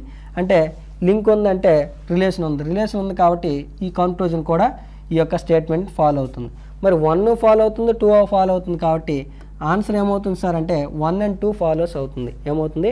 1 and 2 ఫాలోస్ అవుతుంది. నెక్స్ట్ చూడండి మరొక క్వశ్చన్. ఒకసారి ఏమిచ్చాడంట క్వశ్చను? ఇక్కడ వచ్చేసి ఇచ్చిన పదాలను సూచించే వెన్ చిత్రం గుర్తించమంటున్నాడు. ఓకేనా. కొన్ని టర్మ్స్ ఇచ్చాడంట, వాటిని వెన్ డయాగ్రామ్గా రిప్రజెంట్ చేయమంటున్నాడు. ఏంటో terms? Zebra, grass eating animals, lions. ఇక్కడ వచ్చేసి ఒకసారి అబ్జర్వ్ చేసినట్లయితే మాంసాహారులు, శాకాహారులు అనేటటువంటివి ఉంటాయి. అంటే కార్నివారస్, హెర్బివారస్ అంటాం. కార్నివారస్ అంటే మనకి మాంసాహారులు, హెర్బివారస్ అంటే పొదలు, చిన్న చిన్న గడ్డి ఇలాంటి తినే వాటిని, గ్రాస్ తినే వాటిని మనం ఏం పిలుస్తాం అంటే హెర్బివారస్ అని చదువుతూ ఉంటాం అనమాట. అంటే ఇక్కడ వచ్చేసి మాంసం తిన్న వాటిని హెర్బివారస్ అంటాం. ఇక్కడ గ్రాస్ ఈటింగ్ యానిమల్స్ కిందకి ఎవరు వస్తారు సార్ అంటే జేబ్రా అనేది వస్తుంది. అంటే ఈ బార్డర్ అంతా మనకి ఇదంతా గ్రాస్ ఈటింగ్ యానిమల్స్ అయితే అందులో భాగమే మనకి ఎవరవుతారు సార్ అంటే జేబ్రా అవుతారు. ఎవరు? జేబ్రా అనేది దేని కిందకి వస్తుంది అంటే zebra comes under grass eating animals. Whereas lion is completely separate from grass animals. Lion ఎప్పుడు కూడా గ్రాస్ తిందు, ఇది మాంసాహార జీవి. మరి శాకాహార జీవుల్లో అంటే గ్రాస్ ఈటింగ్ యానిమల్స్లో భాగం జేబ్రాను చూపిస్తూ మనం లైన్ని సెపరేట్గా చూపించాలి. కాబట్టి మన యొక్క ఆన్సర్ ఏమవుతుంది సార్ అంటే మన యొక్క ఆన్సర్ వచ్చేసి ఫస్ట్ ఆప్షన్ అవుతుంది. ఓకేనా. రైట్. ఇక్కడ దీని అర్థం ఏంటి సార్ అంటే ఇవన్నీ సెపరేట్ అని. ఓకేనా. Grass animal separate, lion separate, zebra separate. సెపరేటే అయినప్పటికీ గ్రాస్ ఈటింగ్ యానిమల్స్లో ఎవరు భాగం అవుతారంటే జేబ్రా, కాబట్టి ఆన్సర్ ఇది తీసుకోవాలి. ఇక్కడ దీని అర్థం ఏంటి, దీని అర్థం ఏంటి సార్ అంటే ఓకేనా కొన్ని జేబ్రాలు ఓకేనా గ్రాస్ ఈటింగ్ యానిమల్స్, కొన్ని జేబ్రాలు లైన్స్ అట. ఎక్కడైనా లైన్స్ అవుతాయా జేబ్రాలు, ఎక్కడైనా లైన్స్ అవుతాయా, లేదంటే లైన్స్ ఎక్కడైనా జేబ్రాలు అవుతాయా, అవ్వవు కదా. కాబట్టి ఇది వచ్చేసి తీసుకోవడానికి అసలు ఛాన్సే లేదనమాట. ఓకేనా, ఛాన్సే లేదు. ఓకే రైట్, ఇది మనకి నెక్స్ట్ క్వశ్చన్. ఇక్కడ మరొక క్వశ్చన్ ఇచ్చాడు. ఏమిచ్చాడు సార్ అంటే మనకి బ్లడ్ రిలేషన్ సంబంధించి ఇచ్చాడు. బ్లడ్ రిలేషన్ నుంచి తప్పకుండా ఒక క్వశ్చన్ వస్తుంది, షీటింగ్ అరేంజ్మెంట్ నుంచి తప్పకుండా వస్తుంది, సిలోజిజం నుంచి అంటే స్టేట్మెంట్ నుంచి షూర్గా క్వశ్చన్ వస్తుంది. కాబట్టి ఇది కూడా బాగా ప్రాక్టీస్ కావాలి. చూడండి ఎంత మంచి క్వశ్చన్. ఇక్కడ వచ్చేసి A is a husband of B ఇచ్చాడు. A is a husband of B. A husband అంట ఎవరికి, ఏ వచ్చేసి ఎవరికి హస్బెండ్, బీకి husband. Next C is the son of A. C అంట సన్ అంట ఎవరికి సన్ను, సి అనేవాడు అంట సన్ అంట, సి వచ్చేసి ఏకి son. Next D is the daughter of B. D వచ్చేసి డాటర్ అంట ఎవరికి, బీకి.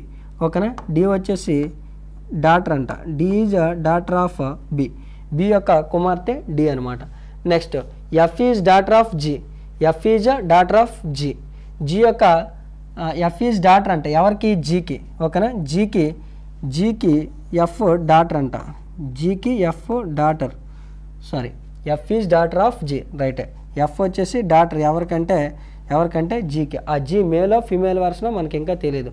అయితే ఎఫ్ మాత్రం డాటర్ ఎవరికి, జీకి. Next C is the father of F అంట. ఓకేనా, ఈ సి ఉన్నారు కదా, ఈ సి వచ్చేసి మనకి ఎవరి యొక్క ఫాదర్ సార్ అంటే ఈ యొక్క సి వచ్చేసి ఫాదర్ అంట. ఈ యొక్క సి వచ్చేసి ఎఫ్కి ఫాదర్ అంట. ఎఫ్కి ఫాదర్ ఉన్నారు, ఎఫ్ ఇంకెవరికో కుమార్తెగా ఉంది, ఇంకెవరికి, జీకి. అంటే ఆల్రెడీ నాన్న డిసైడ్ అయిపోయాడు కాబట్టి ఈమె తప్పకుండా ఏమవుతారు సార్ అంటే మరి ఈ యొక్క ఎఫ్ ఇతను పిలాలంటే డాడీ అని పిలాలి. మరి ఇతన్ని ఏమని పిలుస్తారు సార్ అంటే ఇండైరెక్ట్లీ అండర్స్టూడ్ అనమాట. ఒకరికే ఇద్దరు నాన్నలు ఉండరు కాబట్టి అప్పుడు ఏమవుతుంది సార్ అంటే ఇండైరెక్ట్లీ అండర్స్టూడ్.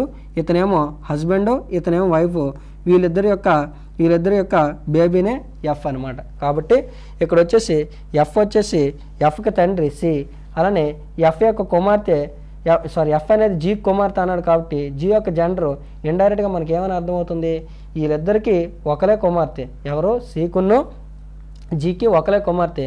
మరి ఇక్కడ మేల్ జెండర్ అన్నారు, మరి వీళ్ళిద్దరికి పుట్టిన సంతానం అంటున్నాం కాబట్టి వీళ్ళు ఏమని పిలాలి, ఫీమేల్గా తీసుకోవాలి. కాబట్టి జీ వచ్చేసి ఫీమేల్. ఇక్కడ మనకి ఏమవుతుందంటే ఎఫ్ వచ్చేసి వీళ్ళిద్దరి యొక్క కుమార్తె. ఇప్పుడు క్వశ్చన్ ఏమన్నాడంటే ఎఫ్కి ఏమవుతుంది అని అడిగాడు. ఎఫ్కి ఏమవుతారు. ఇగో ఎఫ్ అనే అమ్మాయి ఉంది, ఎఫ్ అనే అమ్మాయికి తండ్రి ఉన్నాడు, ఆ తండ్రికి మళ్ళీ తండ్రి ఉన్నాడు. అంటే నాన్న యొక్క నాన్న ఏమవుతాడు, పెటర్నల్ గ్రాండ్ ఫాదర్. అంటే నాన్న యొక్క నాన్న తాతయ్య అవుతారు అనమాట. ఓకేనా, తల్లి సైడ్ అయితే మెటర్నల్ అని చదువుతాము, తండ్రి సైడ్ అయితే పెటర్నల్ అని చదువుతాం. ఓకేనా, clear, right. Most important model, చాలా డేంజరస్ మోడల్, టైం కన్జంప్షన్ కూడా కొన్నిసార్లు. ఓకేనా, ఇక్కడ వచ్చేసి మనకి సైన్స్ అనేవి మార్చి ఇచ్చాడు. ప్లస్ అంటే సంథింగ్ అని, మైనస్ అంటే సంథింగ్ అని, ఎట్లా సైన్స్ అనేవి మారుస్తూ ఇచ్చాడు. ఫైనల్గా మనకి ఒక బాడ్మాస్ రూల్ బేస్ చేసుకొని ఒక ఈక్వేషన్ అయితే ఇవ్వడం జరిగింది. దీన్ని మనం ఫస్ట్ సాల్వ్ చేయాలి. ఒకసారి చూడండి ఎంత ఈజీగా సాల్వ్ చేయొచ్చో ఇటువంటి క్వశ్చన్లు వచ్చేటప్పుడు. ఓకేనా, చూడండి ఫస్ట్ ఏమిచ్చాడు, ఇక్కడ స్క్వేర్ బ్రాకెట్ ఉంది, ఇలా ఒక బ్రాకెట్ ఇచ్చాడు. ఏమిచ్చాడు, 34 × 12 అన్నాడు. ఇంటూ అంటే మన దృష్టిలో ఏమిచ్చాడు, ఇక్కడ ఇంటూ మీన్స్ మైనస్ అన్నాడు. ఓకేనా, మళ్ళీ మైనస్ అంటే ఏమని చెప్పాడు, మైనస్ మీన్స్ ప్లస్ అన్నాడు. ఓకేనా, ప్లస్ అన్నాడు. 4 డివిజన్ మీన్స్ ఏమని చెప్పాడు సార్, డివిజన్ అంటే ఏమని చెప్పాడు, ఇంటూ. నెక్స్ట్ ఇక్కడ వచ్చేసి ప్లస్ మీన్స్ ఏమని చెప్పాడు సార్, ప్లస్ మీన్స్ డివిజన్ అని చెప్పాడు, అంటే 12. ఇక్కడ మైనస్ అంటే ఏంటి, ప్లస్. మైనస్ అంటే ఏంటి సార్ అంటే ప్లస్. ఓకేనా, మళ్ళీ బ్రాకెట్ డివిజన్ అంటే ఏంటి, ఇంటూ. డివిజన్ అంటే ఏంటి సార్ అంటే ఇంటూ అనమాట. ఫాస్ట్గా వాడిచ్చిన సైన్స్ని మనం కన్వర్ట్ చేసేసుకోవాలి. ఓకేనా, చేసుకున్న తర్వాత ఒకసారి అబ్జర్వ్ చేయండి. ఒకసారి అబ్జర్వ్ చేసినట్లయితే ఇక్కడ ఏమి ఇచ్చాడు, ఇంటూ అంటే ఏంటి మనకి, into means minus. Okay right. ఇక్కడ ఒకసారి అబ్జర్వ్ చేసినట్లయితే మనకి ఫస్ట్ దీన్ని సాల్వ్ చేయాలి. చేస్తే ఎంత వస్తుంది, 24 వస్తుంది. ఎంత, 22 వస్తుంది, 22 వస్తుంది. ఓకేనా, ప్లస్ ఇదంతా 12, ఇదంతా 12, ఇది అలాగుంచు, ఇదంతా ఇది 17, ఇదంతా 17. ఓకేనా, నెక్స్ట్ ఇక్కడ ఏముంది, ఇంకా 5 ఉంది. ఒకసారి నువ్వు అబ్జర్వ్ చేసినట్లయితే ఈ మేసాల బ్రాకెట్ లోపల ఉందంతా నువ్వు సమ్ చేస్తే ఎంత వస్తుంది, 34 వస్తుంది. ఎంత వస్తుంది, 34 వస్తుంది. ఇక్కడ ఇంకా నీకేముంది, ఇక్కడ 17 ఉంది, ఇక్కడ ఏముంది 17 ఉంది, ఇక్కడ వచ్చేసి 17 ఉంది, ఇంటూ 5. ఇక్కడ 17తో ఎన్ని టైమ్స్ పోద్ది, 2 టైమ్స్ పోద్ది. 2 × 5 ఎంత అవుతుంది సార్ అంటే మన యొక్క ఆన్సర్ వచ్చేసి 2 × 5 10 అనేది మన యొక్క ఆన్సర్ అనమాట. జస్ట్ బాడ్మాస్ రూల్ని బేస్ చేసుకుంటూ వాడు ఇచ్చిన సైన్స్ని నువ్వు కన్వర్ట్ చేస్తూ ఈ యొక్క క్వశ్చన్ని నువ్వు సాల్వ్ చేస్తే ఈజీగా 2 మార్క్స్. ఓకేనా, కొన్ని సందర్భాల్లో మ్యాథమెటికల్ ఆపరేషన్ నుంచి తప్పకుండా 2 క్వశ్చన్స్ కూడా ఇచ్చే సందర్భాలు ఉంటాయి. It depends on examination shift అనమాట, మనం డిసైడ్ చేయనట్లేదు. నెక్స్ట్ ఇక్కడ 31 చూడండి, ఎంత ఈజియెస్ట్ క్వశ్చన్. చాలా వరకు ఇంగ్లీష్ని స్టూడెంట్ నెగ్లెక్ట్ చేస్తారు, కానీ ఇంగ్లీష్లో వొకాబులరీ మీద గ్రిప్ ఉంటే కొన్ని సందర్భాల్లో రీజనింగ్పై కూడా మీకు గ్రిప్ వస్తుంది అనమాట. అంటే వొకాబులరీ మీద పట్టు ఉండాలి. వొకాబులరీ మీద పట్టు ఉంటే రీజనింగ్లో కొన్ని క్వశ్చన్లు కూడా ఈజీగా సాల్వ్ చేయొచ్చు. చూడండి ఇక్కడ వచ్చేసి ఇక్కడ ఏమి ఇచ్చాడు మనకి, ఇక్కడ ట్యాడ్పోల్ ఫ్రాగ్ అన్నాడు, ఎనాలజీ క్వశ్చన్. కబ్బు ఏమవుతుందని అడుగుతున్నాడు. ట్యాడ్పోల్ వచ్చేసి young one of frog is called tadpole. Young one of frog, young one అంటే ఏంటి, పిల్లని. ఓకేనా, ఒక కప్ప యొక్క పిల్లని ఏమని పిలుస్తాం సార్ అంటే ట్యాడ్పోల్ అని పిలుస్తాం. అలానే ఈ క్వశ్చన్ మార్క్ యొక్క పిల్ల కబ్బు అంట. అంటే క్వశ్చన్ మార్క్ ప్లేస్లో ఎవరు ఉండాలి, కబ్బు అంటే ఎవరి యొక్క పిల్ల అంటే మనకి లైన్ లేదా టైగర్ యొక్క పిల్లని ఏమని చదువుతాం సార్ అంటే లైన్ లేదా టైగర్ యొక్క పిల్లని ఏమని చెబుతామంటే మనం కబ్బు అని చదువుతాము. అదే పంది పిల్లని అయితే పిగ్లెట్ అని చదువుతాము, కుక్క పిల్లని అయితే పప్పి అని చదువుతాము. ఇలా డిఫరెంట్ నేమ్స్ అనేవి మీరు కలెక్ట్ చేసుకుని ఒక దగ్గరలో లేదా ఇదే టైంలో ఇప్పుడు మీరు నోట్స్ రాసుకుంటున్నా కూడా పక్కన సైన్ రాసుకోవాలి. What is the young one of lion అని, what is the young one of tiger అని, what is the young one of elephant అని. అలా ప్రతి ఒక్కదానికి వాటి యొక్క యంగ్ వన్ అంటే బేబీస్ అనమాట. ఓకేనా, రైట్, అవన్నీ మీరు కలెక్ట్ చేసుకోవాలి. నెక్స్ట్ మరొకటి చూడు, చాలా easiest question. A pilot takes of and flies 35 km west. ఓకేనా, ఇది మనకి కంప్లీట్గా దేనికి సంబంధించి డైరెక్షన్ బేస్డ్ క్వశ్చన్ అనమాట. క్వశ్చన్ అంతా చదవాల్సిన నీడ్ లేదు, మీకు ఆల్రెడీ మీరు చూస్తున్నారు కాబట్టి జస్ట్ ఫ్రాక్షన్ ఆఫ్ సెకండ్లో ఈ యొక్క క్వశ్చన్ని మనం వితౌట్ డయాగ్రామ్ సాల్వ్ చేయొచ్చు. ఒకసారి అబ్జర్వ్ చేయండి, ఏమన్నాడు ఫస్ట్ అంట ఫ్లైట్ని వెస్ట్ వైపు ఎన్ని కిలోమీటర్లు డ్రాప్ చేశాడు, నడిపాడు వెస్ట్ వైపు 35. నెక్స్ట్ ఎటు తిరిగాడంట, నెక్స్ట్ సౌత్కి తిరిగాడు. సౌత్కి తిరిగి ఎన్ని వెళ్ళాడు, సౌత్కి తిరిగి 15 వెళ్ళాడంట. సౌత్కి తిరిగి 15 వెళ్ళాడు. నెక్స్ట్ సౌత్కి లెఫ్ట్ అంటే ఏంటి, సౌత్కి లెఫ్ట్ అంటే ఈస్ట్ అనమాట. ఈస్ట్కి ఎన్ని వెళ్ళాడు సార్ అంటే సౌత్కి లెఫ్ట్ అంటే ఈస్ట్ అవుతుంది కాబట్టి ఈస్ట్కి ఎన్ని వెళ్ళాడు, 20 వెళ్ళాడు. ఈస్ట్కి ఎన్ని వెళ్ళాడు, 20 వెళ్ళాడు. ఫైనల్గా అంట నార్త్కి మూవ్ అయ్యాడంట. నార్త్కి మూవ్ అయ్యి ఎన్ని వెళ్ళాడు, ఓకేనా, నార్త్కి మూవ్ అయ్యి మళ్ళీ 15 వెళ్ళాడు. అయితే క్వశ్చన్ ఏం అడుగుతున్నాడు సార్ అంటే ఒకసారి అబ్జర్వ్ చేసినట్లయితే ఓకేనా, ప్రారంభ స్థానం నుండి చూస్తే విమానం ఎంత దూరంలో ఏ దిశలో ఉందని అడుగుతున్నాడు. విమానం ఎంత దూరంలో ఉంది, ఏ direction, at what distance, which direction. What they are asking, at what direction, how much distance. ఇది క్వశ్చన్ అనమాట. ఓకేనా, ఫస్ట్ డయాగ్రామ్ లేకుండా డ్రా చేయాలంటే ఏమని చెప్తాను ఈ టైప్ ఆఫ్ క్వశ్చన్స్కి, ఫస్ట్ నువ్వు ఏవైతే డైరెక్షన్స్ ఇచ్చాడో దాని ప్రకారం వేసేసే. ఫస్ట్ వెస్ట్కి 15 వేసే, 35 వేసే. సౌత్కి 15 అన్నాడు కాబట్టి 15 వేసే. ఓకేనా, ఈస్ట్కి 20 అన్నాడు కాబట్టి ఈస్ట్కి 20 అంటే అక్కడ లెఫ్ట్ అంటే మనకి ఈస్ట్ వచ్చింది కాబట్టి ఈస్ట్ 20 తీసుకున్నాం. నార్త్ 15 అన్నాడు కాబట్టి నార్త్ 15 వేసాను. చూడు ఎంత ఈజీగా చేయొచ్చో. ఇలా చేసేటప్పుడు ఆపోజిట్ సైన్స్ ఏమున్నా సరే క్యాన్సిల్ చేసేసాయి. ఆపోజిట్ నార్త్ 15కి సౌత్ 15కి ఎలిమెంట్ పక్కన పెట్టేసాయి, క్యాన్సిల్. ఇక్కడ వచ్చేసి ఈస్ట్లో 20కి ఓకేనా, వెస్ట్లో 20కి పోతే ఇంకా వెస్ట్కి సంబంధించి ఎంత మిగిలిపోతుంది సార్ అంటే వెస్ట్కి సంబంధించి ఇంకా 15 మిగిలిపోద్ది. అంటే దాని అర్థం ఏంట్రా అంటే దాని అర్థం ఆ యొక్క విమానం ప్రారంభ స్థానం నుంచి చూస్తే వెస్ట్ వైపు ఉంది, అది కూడా ఎంత దూరంలో ఉంది సార్ అంటే 15 మీటర్స్ డిస్టెన్స్లో ఉందన్నమాట. ఎంత డిస్టెన్స్, 15 కిలోమీటర్ డిస్టెన్స్లో ఉందన్నమాట. ఓకేనా, ఇది దాని అర్థం. ఎప్పుడైనా సరే వితౌట్ డయాగ్రామ్ నువ్వు డ్రా చేయాలనుకునేటప్పుడు ఇలా క్యాన్సిలేషన్ చేస్తావు. ఇలా క్యాన్సిలేషన్ చేసిన తర్వాత ఏదైతే రిమైనింగ్ ఉంటుందో అది ప్రారంభ స్థానం నుంచి చూస్తే ఇక్కడ డబ్ల్యూ మిగిలింది కాబట్టి వెస్ట్ అని చెప్పాను. అదే కానీ ఇక్కడ ఈ మిగిలి ఉంటే నేనేమని చెప్తానంటే ప్రారంభ స్థానం నుంచి ఈస్ట్లో ఉన్నాడు, అది 15 km డిస్టెన్స్లో ఉన్నాడు అని చెప్తాను. ఓకేనా, రైట్. లేదనుకుంటే నార్మల్గా డయాగ్రామ్ డ్రా చేయాలనుకుంటే చూడు, వెస్ట్కి వచ్చాడంట, ఎన్ని 35 వచ్చాడు, వెస్ట్కి వచ్చేసి 35 వచ్చాడు, ఇక్కడ స్టార్ట్ అయ్యాడు. ఓకేనా, వెస్ట్కి 35 వస్తే కిందకు వచ్చాడు, మళ్ళీ అంటే సౌత్కి వచ్చాడు, సౌత్కి వచ్చేసి ఎన్ని వచ్చాడు సార్ అంటే 15 వచ్చాడు, సౌత్కి 15 వచ్చాడు. సౌత్కి 15 వచ్చిన వ్యక్తి లెఫ్ట్ తిరిగాడంట. మరి కిందకు ఉన్నప్పుడు లెఫ్ట్ కుడి ఎడమలు తారుమారు అవుతాయి కాబట్టి వాడు లెఫ్ట్ అంటే మనం ఎటు తీసుకోవాలి, రైట్ తీసుకోవాలి. ఓకేనా, రైట్ తీసుకొని ఎంత వెళ్ళాడు అప్పుడు 20 వెళ్ళాడు. మళ్ళీ ఎటువైపు వెళ్తున్నాడంట, నార్త్కి ప్రయాణిస్తున్నాడు, నార్త్కి. మరి ఇక్కడ ఉన్న వ్యక్తి నార్త్ కంటే పైకి వెళ్తున్నాడంట, పైకి ఎన్ని వెళ్ళాడంట, నార్త్కి 15 వెళ్ళాడంట. ఎన్ని వెళ్ళాడు, 15 వెళ్ళాడు. ఓకేనా, 15 వెళ్ళాడు. మరి 15 వెళ్తే ఇది 15 ఇది 15, ఇది 20 అయితే ఇది కూడా ఏమవుతుంది, ఈ గ్యాప్ 20 అవుద్ది. ఓవరాల్గా ఈ గ్యాప్ ఎంత అని మనకు తెలుసు, 35 అని తెలుసు. మరి ఇది 20 అయితే ఇండైరెక్ట్ అండర్స్టూడ్ ఇది ఎంత అవుతుంది, సార్ అంటే 15 అవుతుంది.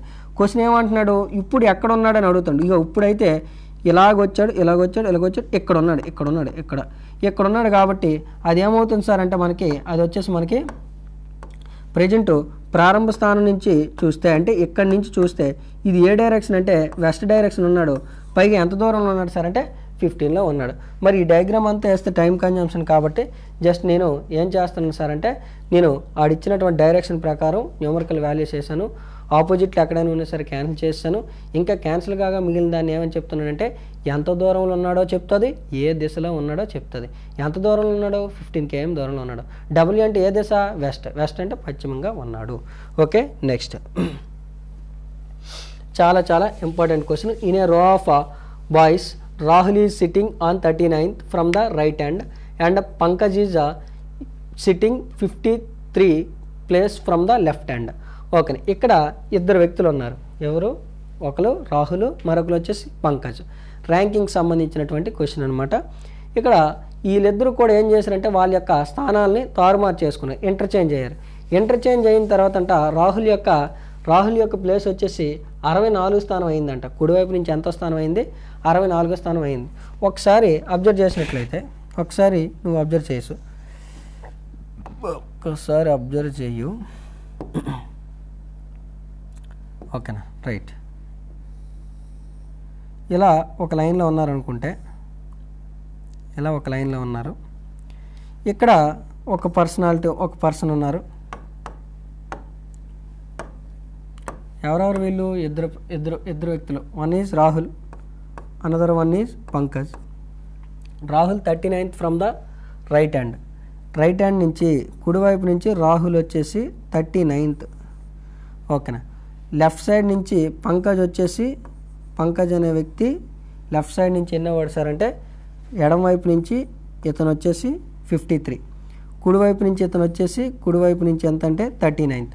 ఇప్పుడు ఏమైంది సార్ అంటే వీళ్ళ యొక్క స్థానాలు తారుమారు అయినాయి. ఓకేనా, ఇంటర్చేంజ్ అయ్యాయి. అంటే పి వచ్చేసి పంకజ్ వచ్చేసి ఇక్కడ ఉండడు, ఎవరు వచ్చేస్తారు ఇక్కడికి, రాహుల్ వచ్చేస్తాడు. తారుమారు అయిపోయారు కాబట్టి రాహుల్ మరి ఎక్కడ ఉన్నాడు, ఎవరు వచ్చేస్తారు ఇక్కడికి, పంకజ్ వస్తాడు.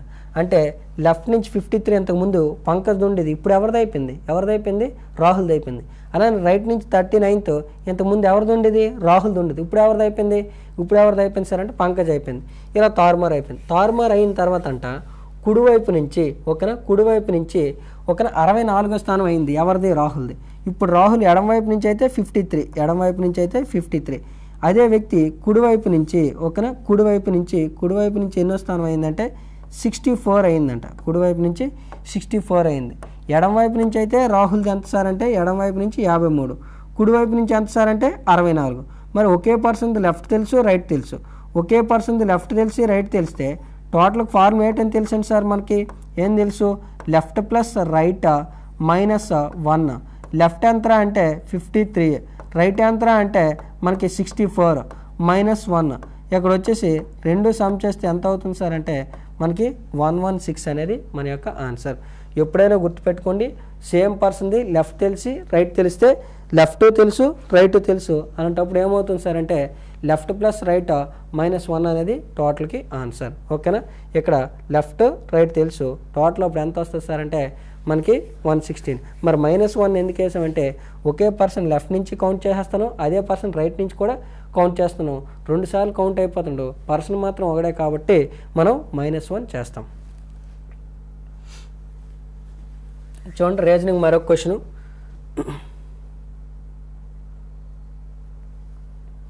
చూడండి ఈ క్వశ్చన్ అనేది చాలా బాగుంది. ఈ క్వశ్చన్ ఏమిచ్చాడు అనేది ఒకసారి అబ్జర్వ్ చేయి.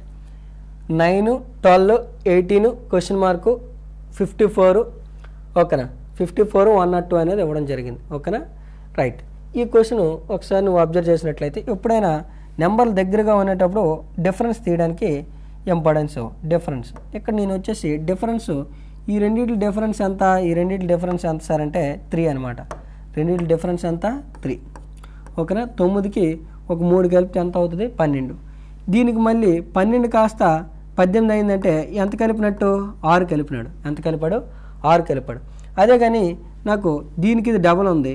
ఇప్పుడు వచ్చేసి నాకు 6కి డబల్ నేను 12 కలిపాను అనుకో, 12 కలిపితే ఇక్కడ ఏమవ్వాలి 30 రావాలి ఓకేనా. ఇక్కడ ఏమవ్వాలి 30 రావాలి ఓకేనా.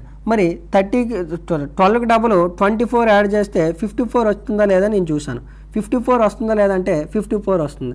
మరి 24కి డబల్ 48 కలుపు, 24కి డబల్ 48 కలిపితే ఎంత వస్తుంది 102 వస్తుంది. అంటే ఇక్కడ వచ్చేసి ఎవ్రీ టైము ఒక నెంబర్ని తీసుకోవడం, దాని డబుల్ నెక్స్ట్ కలపడం, మళ్ళీ దాని డబుల్ నెక్స్ట్ కలపడం, మళ్ళీ దాని డబుల్ నెక్స్ట్ కలపడం, ఇట్లా చేసుకుంటూ వెళ్తున్నాడు అనమాట.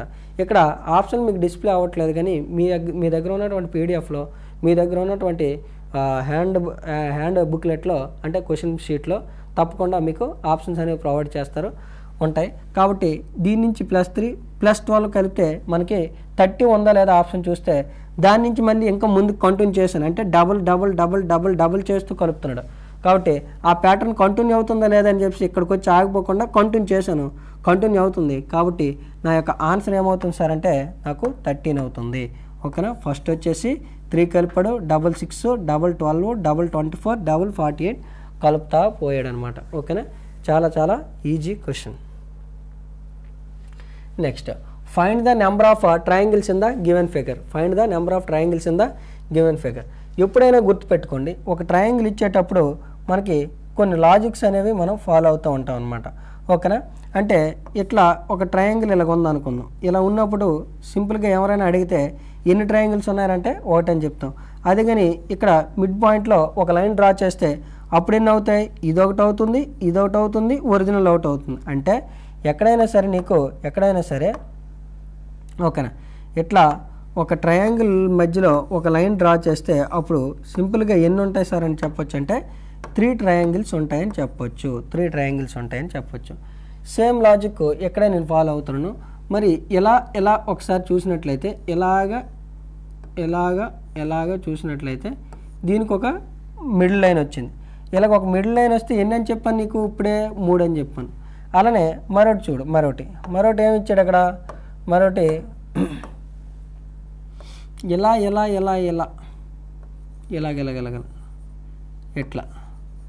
ఎట్లా చూసి దీనికి ఒక లైన్ జాయిన్ చేశాడు. అలాంటప్పుడు కూడా మళ్ళీ ఒక స్ట్రైట్ లైన్ గీస్తే ఎన్ని వస్తాయి, దీనికి ఒక 3 వస్తాయి అనమాట. దీనికి ఒక 3 వస్తాయి ఓకేనా. ఇప్పుడు వచ్చేసి మనకి ఒరిజినల్ బిగ్ ట్రయాంగిల్ ఒకటి కాబట్టి అంటే అవి ఒక 3 ఓకేనా. అవి 3 6 ఒరిజినల్ ఒక బిగ్ ట్రయాంగిల్స్. కాబట్టి టోటల్ ఓవరాల్ ఎన్ని అవుతాయి సార్ అంటే 7 ట్రయాంగిల్స్ అవుతాయి ఓకేనా. రైట్, నెక్స్ట్ ఓపెన్ డైకి సంబంధించి మనకి ఒక క్వశ్చన్ అనేది ఇవ్వడం జరిగింది. ఏమడుగుతుండో which option is true, which option is correct అని అడుగుతున్నాడు. ఒకసారి అబ్జర్వ్ చేసినట్లయితే ఎప్పుడైతే ఇటువంటి ఓపెన్ డై వచ్చిందో ఆపోజిట్స్ ఏమవుతుంది సార్ అంటే ఆల్టర్నేటివ్ని ఏ విధంగా తీసుకుంటాం సార్ అంటే మనం ఆపోజిట్లుగా తీసుకోవాలి ఆల్టర్నేటివ్ ఓకేనా. డాలర్ పర్సంటేజ్ స్కిప్ చేసి నెక్స్ట్ డాలర్కి ఆపోజిట్గా ఎవరు వస్తారు సార్ అంటే మనం క్లోజ్ చేసినప్పుడు మనకి ఆపోజిట్గా వచ్చేది ఎవరు సార్ అంటే స్లాష్ వస్తుంది. మరి పర్సంటేజ్కి ఎవరు వస్తారు సార్ అంటే ట్రయాంగిల్ వస్తుంది. మరి 4 పోతే రిమైనింగ్ @ ఆపోజిట్లు అని అర్థమవుతుంది. ఎప్పుడైనా సరే మనకి డైలో ఆపోజిట్లు ఎప్పుడు కూడా ఒకేసారి మనకి విజిబుల్ కావు, ఆపోజిట్లు ఎప్పుడు కూడా విజిబుల్ కావు. అంటే ఇలాగ ఒక డై ఉందనుకుంటే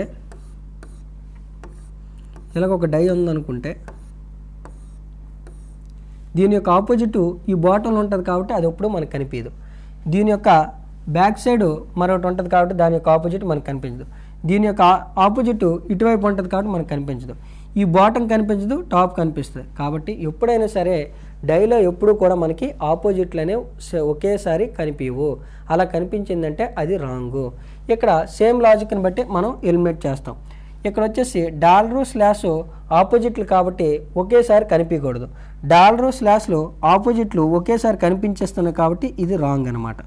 నెక్స్ట్ పర్సంటేజ్ ట్రయాంగిల్ ఒకేసారి కనిపించకూడదు. పర్సంటేజ్ ట్రయాంగిల్ ఒకేసారి కనిపిస్తున్నాయి కాబట్టి ఎలిమినేట్. ఎందుకంటే ఈ రెండు ఆపోజిట్ అనేటప్పుడు ఆపోజిట్ నాకు ఆపోజిట్ ఒక పర్సన్ ఉంటే ఆ బ్యాక్ మరి నాకు కనిపించదు. ఓకేనా, నా బ్యాక్ వాళ్ళకి కనిపించదు. ఎక్కడైనా సరే ఇక్కడ ఇది ఒకవేళగా నేను డై అనుకుంటే ఈ టాప్ ఈ బాటం టాప్ కనిపిస్తే బాటం కనిపించదు, బాటం కనిపిస్తే టాప్ కనిపించదు, ఫ్రంట్ కనిపిస్తే బ్యాక్ కనిపించదు. నాకు ఫ్రంట్ కనిపిస్తుంది, బ్యాక్ కనిపించదు. అంటే ఆపోజిట్ సైడ్స్లో ఒకటే కనిపిస్తుంది, రెండు ఒకేసారి చూడలేం అనమాట. కాబట్టి ఆ లాజిక్ని బేస్ చేసుకొని మనం క్వశ్చన్లు అనేవి ఎలిమినేట్ చేస్తాం. పర్సంటేజు ట్రయాంగిల్ ఒకేసారి కనిపించకూడదు, ఇక్కడ కనిపించే కాబట్టి ఎలిమినేట్ చేశాను. అలానే డాలరు స్లాష్ ఒకేసారి కనిపించకూడదు, కనిపించే కాబట్టి ఎలిమినేట్ చేశాను. నెక్స్ట్ @ కాపీరైట్ ఒకేసారి కనిపించకూడదు, @ కాపీరైట్ ఒకేసారి కనిపిస్తున్నాయి కాబట్టి ఎలిమినేట్. మరి 3 ఎలిమినేట్ అయిపోయాయి కాబట్టి మనకు ఉన్నటువంటి ఆప్షన్ ఏమవుతుంది సార్ అంటే మనకి లాస్ట్ ఆప్షన్ అనేది మన యొక్క ఆన్సర్. కాబట్టి ఇందులో విచ్ ఆప్షన్ ఈజ్ ట్రూ అన్నాడు కాబట్టి ఆప్షన్ డి అనేది ఇక్కడ కరెక్ట్ అనమాట. ఓకేనా. Next which of the figures is exactly mirror image of the given figure. ఇచ్చిన ఫిగర్కి ఎప్పుడైనా సరే లెఫ్ట్ సైడ్ కానీ రైట్ సైడ్ కానీ గ్లాస్ ప్లేస్ చేసినట్టు నీకు కనిపిస్తే అది మిర్రర్ ఇమేజ్. టాప్లో కానీ బాటంలో కానీ పెడితే అది ఏమవుతుంది సార్ అంటే వాటర్ ఇమేజ్ అవుతుంది అనమాట. ఓకేనా. ఆ యొక్క సమ్ టైమ్స్ ఇవేమి మెన్షన్ చేయకుండానే మనకి డయాగ్రామ్ అనేది ఇస్తాడు. నువ్వు జస్ట్ ఈ యొక్క గ్లాస్ని ప్లేస్ చేసే దాన్ని బట్టి లెఫ్ట్ అయినా రైట్ అయినా నువ్వేం తీసుకోవాలంటే మిర్రర్ ఇమేజ్గా, టాప్ అయినా బాటమ్ అయినా నువ్వేం తీసుకోవాలంటే వాటర్ ఇమేజ్గా తీసుకోవాలి. ఇక్కడ లెఫ్ట్ ఇచ్చాడు కాబట్టి మనకి ఇండైరెక్ట్గా ఏమని అర్థమవుతుంది, వాడు కూడా క్వశ్చన్ ఏమని చెప్పాడు మిర్రర్ అన్నాడు. అంటే మిర్రర్లో కుడి ఎడమలు ఏమవుతాయి, తారుమారు అవుతాయి. లెఫ్ట్ కాస్త రైట్ అవుతుంది, రైట్ కాస్త లెఫ్ట్ అవుతుంది అనమాట. ఓకేనా. కుడి ఎడమలు అనేది తారుమారు అవుతాయి. ఇక్కడ వచ్చేసి ఇక్కడ మనకి ఇది వచ్చేసి మనకి జే ఉంది కదా, జే ఎలా ఉంది, జే వచ్చేసి ఇట్లా ఉంది. జే ఇటు ఓపెన్ అయింది కాస్త ఇటు ఓపెన్ అవుతుంది, ఇటు ఓపెన్ అవుతుంది, అలానే ఓపెన్ అయింది. ఇది ఓకే, అందాకలు ఓకే. కానీ ఇక్కడ వచ్చేసి ఏమవుతుంది ఒకసారి నువ్వు అబ్జర్వ్ చేసినట్లయితే ఓకేనా, కుడి ఎడమలు అనేవి ఏమవుతాయి అన్నాను, తారుమారు అవుతాయి అన్నాను. ఇక్కడ లెఫ్ట్ ఉన్నది ఇంకా లెఫ్ట్లో ఉంది, లెఫ్ట్లో ఉండకూడదు, రైట్కి వెళ్ళాలి కాబట్టి వెళ్ళదు కాబట్టి ఎలిమినేట్ చేస్తాను. ఓకేనా. లెఫ్ట్లో జే ఉన్నది కాస్త తిరగేస్తే ఏమవ్వాలి, అవతల వైపు వెళ్ళాలి. లెఫ్ట్ ఉన్నది కాస్త ఏమవ్వాలి, రైట్ అవ్వాలి. ఇంకా లెఫ్ట్లోనే ఉంది, ఎలిమినేట్ చేస్తాను. నెక్స్ట్ ఇక్కడ వచ్చేసి లెఫ్ట్ ఉన్నది కాస్త రైట్ అయ్యింది. ఇలా ఉన్నది ఒకసారి నువ్వు అబ్జర్వ్ చేసినట్లయితే ఇలా ఉన్నది, ఇలా లెఫ్ట్కి ఉన్నది ఏమవ్వాలంటే ఇలా కనిపించాలి. ఇది ఇలా కనిపించట్లేదు కాబట్టి ఎలిమినేట్ చేశాను. ఇలా ఉన్నది ఇలా తిరుగుతుంది కాబట్టి అటు వెళ్తుంది అనమాట. కాబట్టి ఇక్కడ జే వచ్చేసి సేమే ఉంది, కుడి ఎడమలు మారుతాయనా లేదా, ఈ కొమ్ము లెఫ్ట్ ఉన్నది కాస్త రైట్కి వెళ్ళాలి, ఇంకా లెఫ్ట్కే చూపిస్తుంది, ఎలిమినేట్ చేశాను. నెక్స్ట్ ఇక్కడ వచ్చేసి సేమ్ ఇక్కడ కనిపిస్తుంది, సేమ్ ఇక్కడ కనిపిస్తుంది. ఒకసారి నువ్వు అబ్జర్వ్ చేసినట్లయితే ఎల్లలో వచ్చేసి దీనికి కొంచెం డిఫరెంట్గా ఉన్నాయన్నమాట. ఎల్ల వచ్చేసి ఇది ఇటు ఉంది కదా, ఇది ఇటు ఉన్నప్పుడు మనకి మిర్రర్లో ఎటు కనిపించాలి, లెఫ్ట్కి కనిపించాలి. లెఫ్ట్కి కనిపించట్లేదు, ఇంకా రైట్కే కనిపిస్తుంది. ఇదైతే లెఫ్ట్కి కనిపిస్తుంది. కాబట్టి మన యొక్క ఆన్సర్ ఏమవుతుంది సార్ అంటే లాస్ట్ ఆప్షన్ అనేది మన యొక్క ఆన్సర్. చాలా చాలా ఈజీ క్వశ్చన్స్ అనమాట. Just mirror image, water image, paper cutting, paper folding, ఓకేనా. మనకి అలానే analogy based, series based, non verbal reasoning కూడా క్వశ్చన్స్ అనేవి SSGలో అడగటం జరుగుతుంది. చాలా డెడ్ ఈజీగా మీరు క్వశ్చన్లు అయితే ఆన్సర్ చేయొచ్చు, ఈజీగా స్కోరింగ్ చేయొచ్చు అనమాట. నాకు తెలిసి వీటి నుంచి 7 to 8 క్వశ్చన్స్ అనేవి వస్తున్నాయి. వీటిని మీరు పర్ఫెక్ట్గా ప్రాక్టీస్ చేసినట్లయితే 100కి 100% ఈ టాపిక్ నుంచి, ఈ ఏరియా నుంచి క్వశ్చన్లు అయితే ఆన్సర్ చేయగలుగుతారు. ఓకేనా.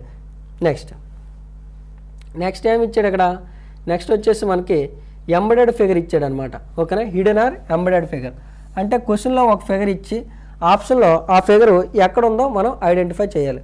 క్వశ్చన్లో ఏ ఫిగర్ ఇచ్చాడో ఎట్లాంటి ఫిగర్ యాజ్ ఇట్ ఈస్గా సేమ్ ఫిగరు ఎక్కడ ఉందని అడుగుతుండు. ఒకసారి సెకండ్ ఆప్షన్ చూస్తే అటువంటి ఫిగరే లేదు, థర్డ్ ఆప్షన్ చూస్తే అటువంటి ఫిగర్ ఉంది, కాకపోతే ఇక్కడ మెజర్మెంట్స్ కొంచెం తక్కువగా ఉన్నాయి. ఇక్కడ మెజర్మెంట్స్ వచ్చేసి బాగానే ఉంది, కాకపోతే చాలా పెద్దది వచ్చేసింది ఇక్కడ.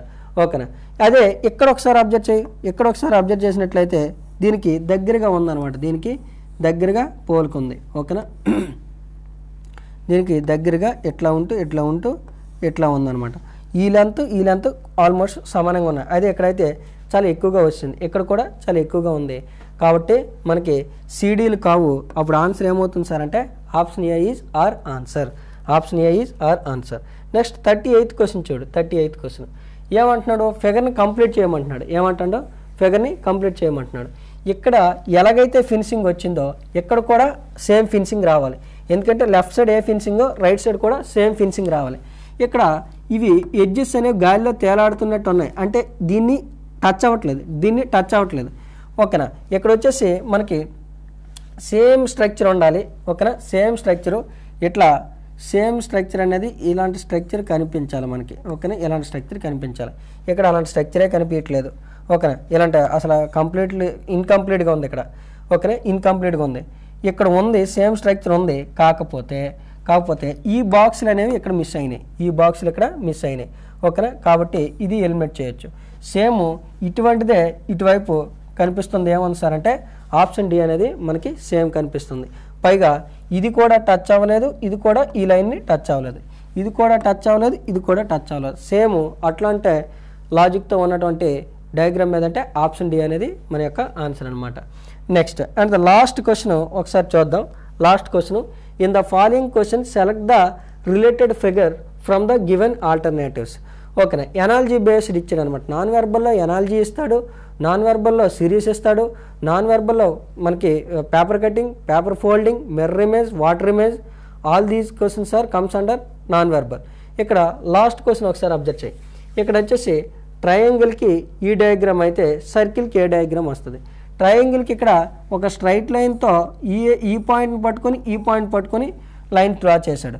ఇక్కడ కూడా మళ్ళీ నువ్వేం చేయాలి సార్ అంటే ఒక స్ట్రైట్ లైన్ గీసి ఈ పాయింట్ పట్టుకొని గీసినట్లయితే అప్పుడు నీకు వచ్చేటటువంటి ఫిగర్ ఏమవుతుంది సార్ అంటే ఆప్షన్ సి అనేది మన యొక్క answer. Option C is our answer.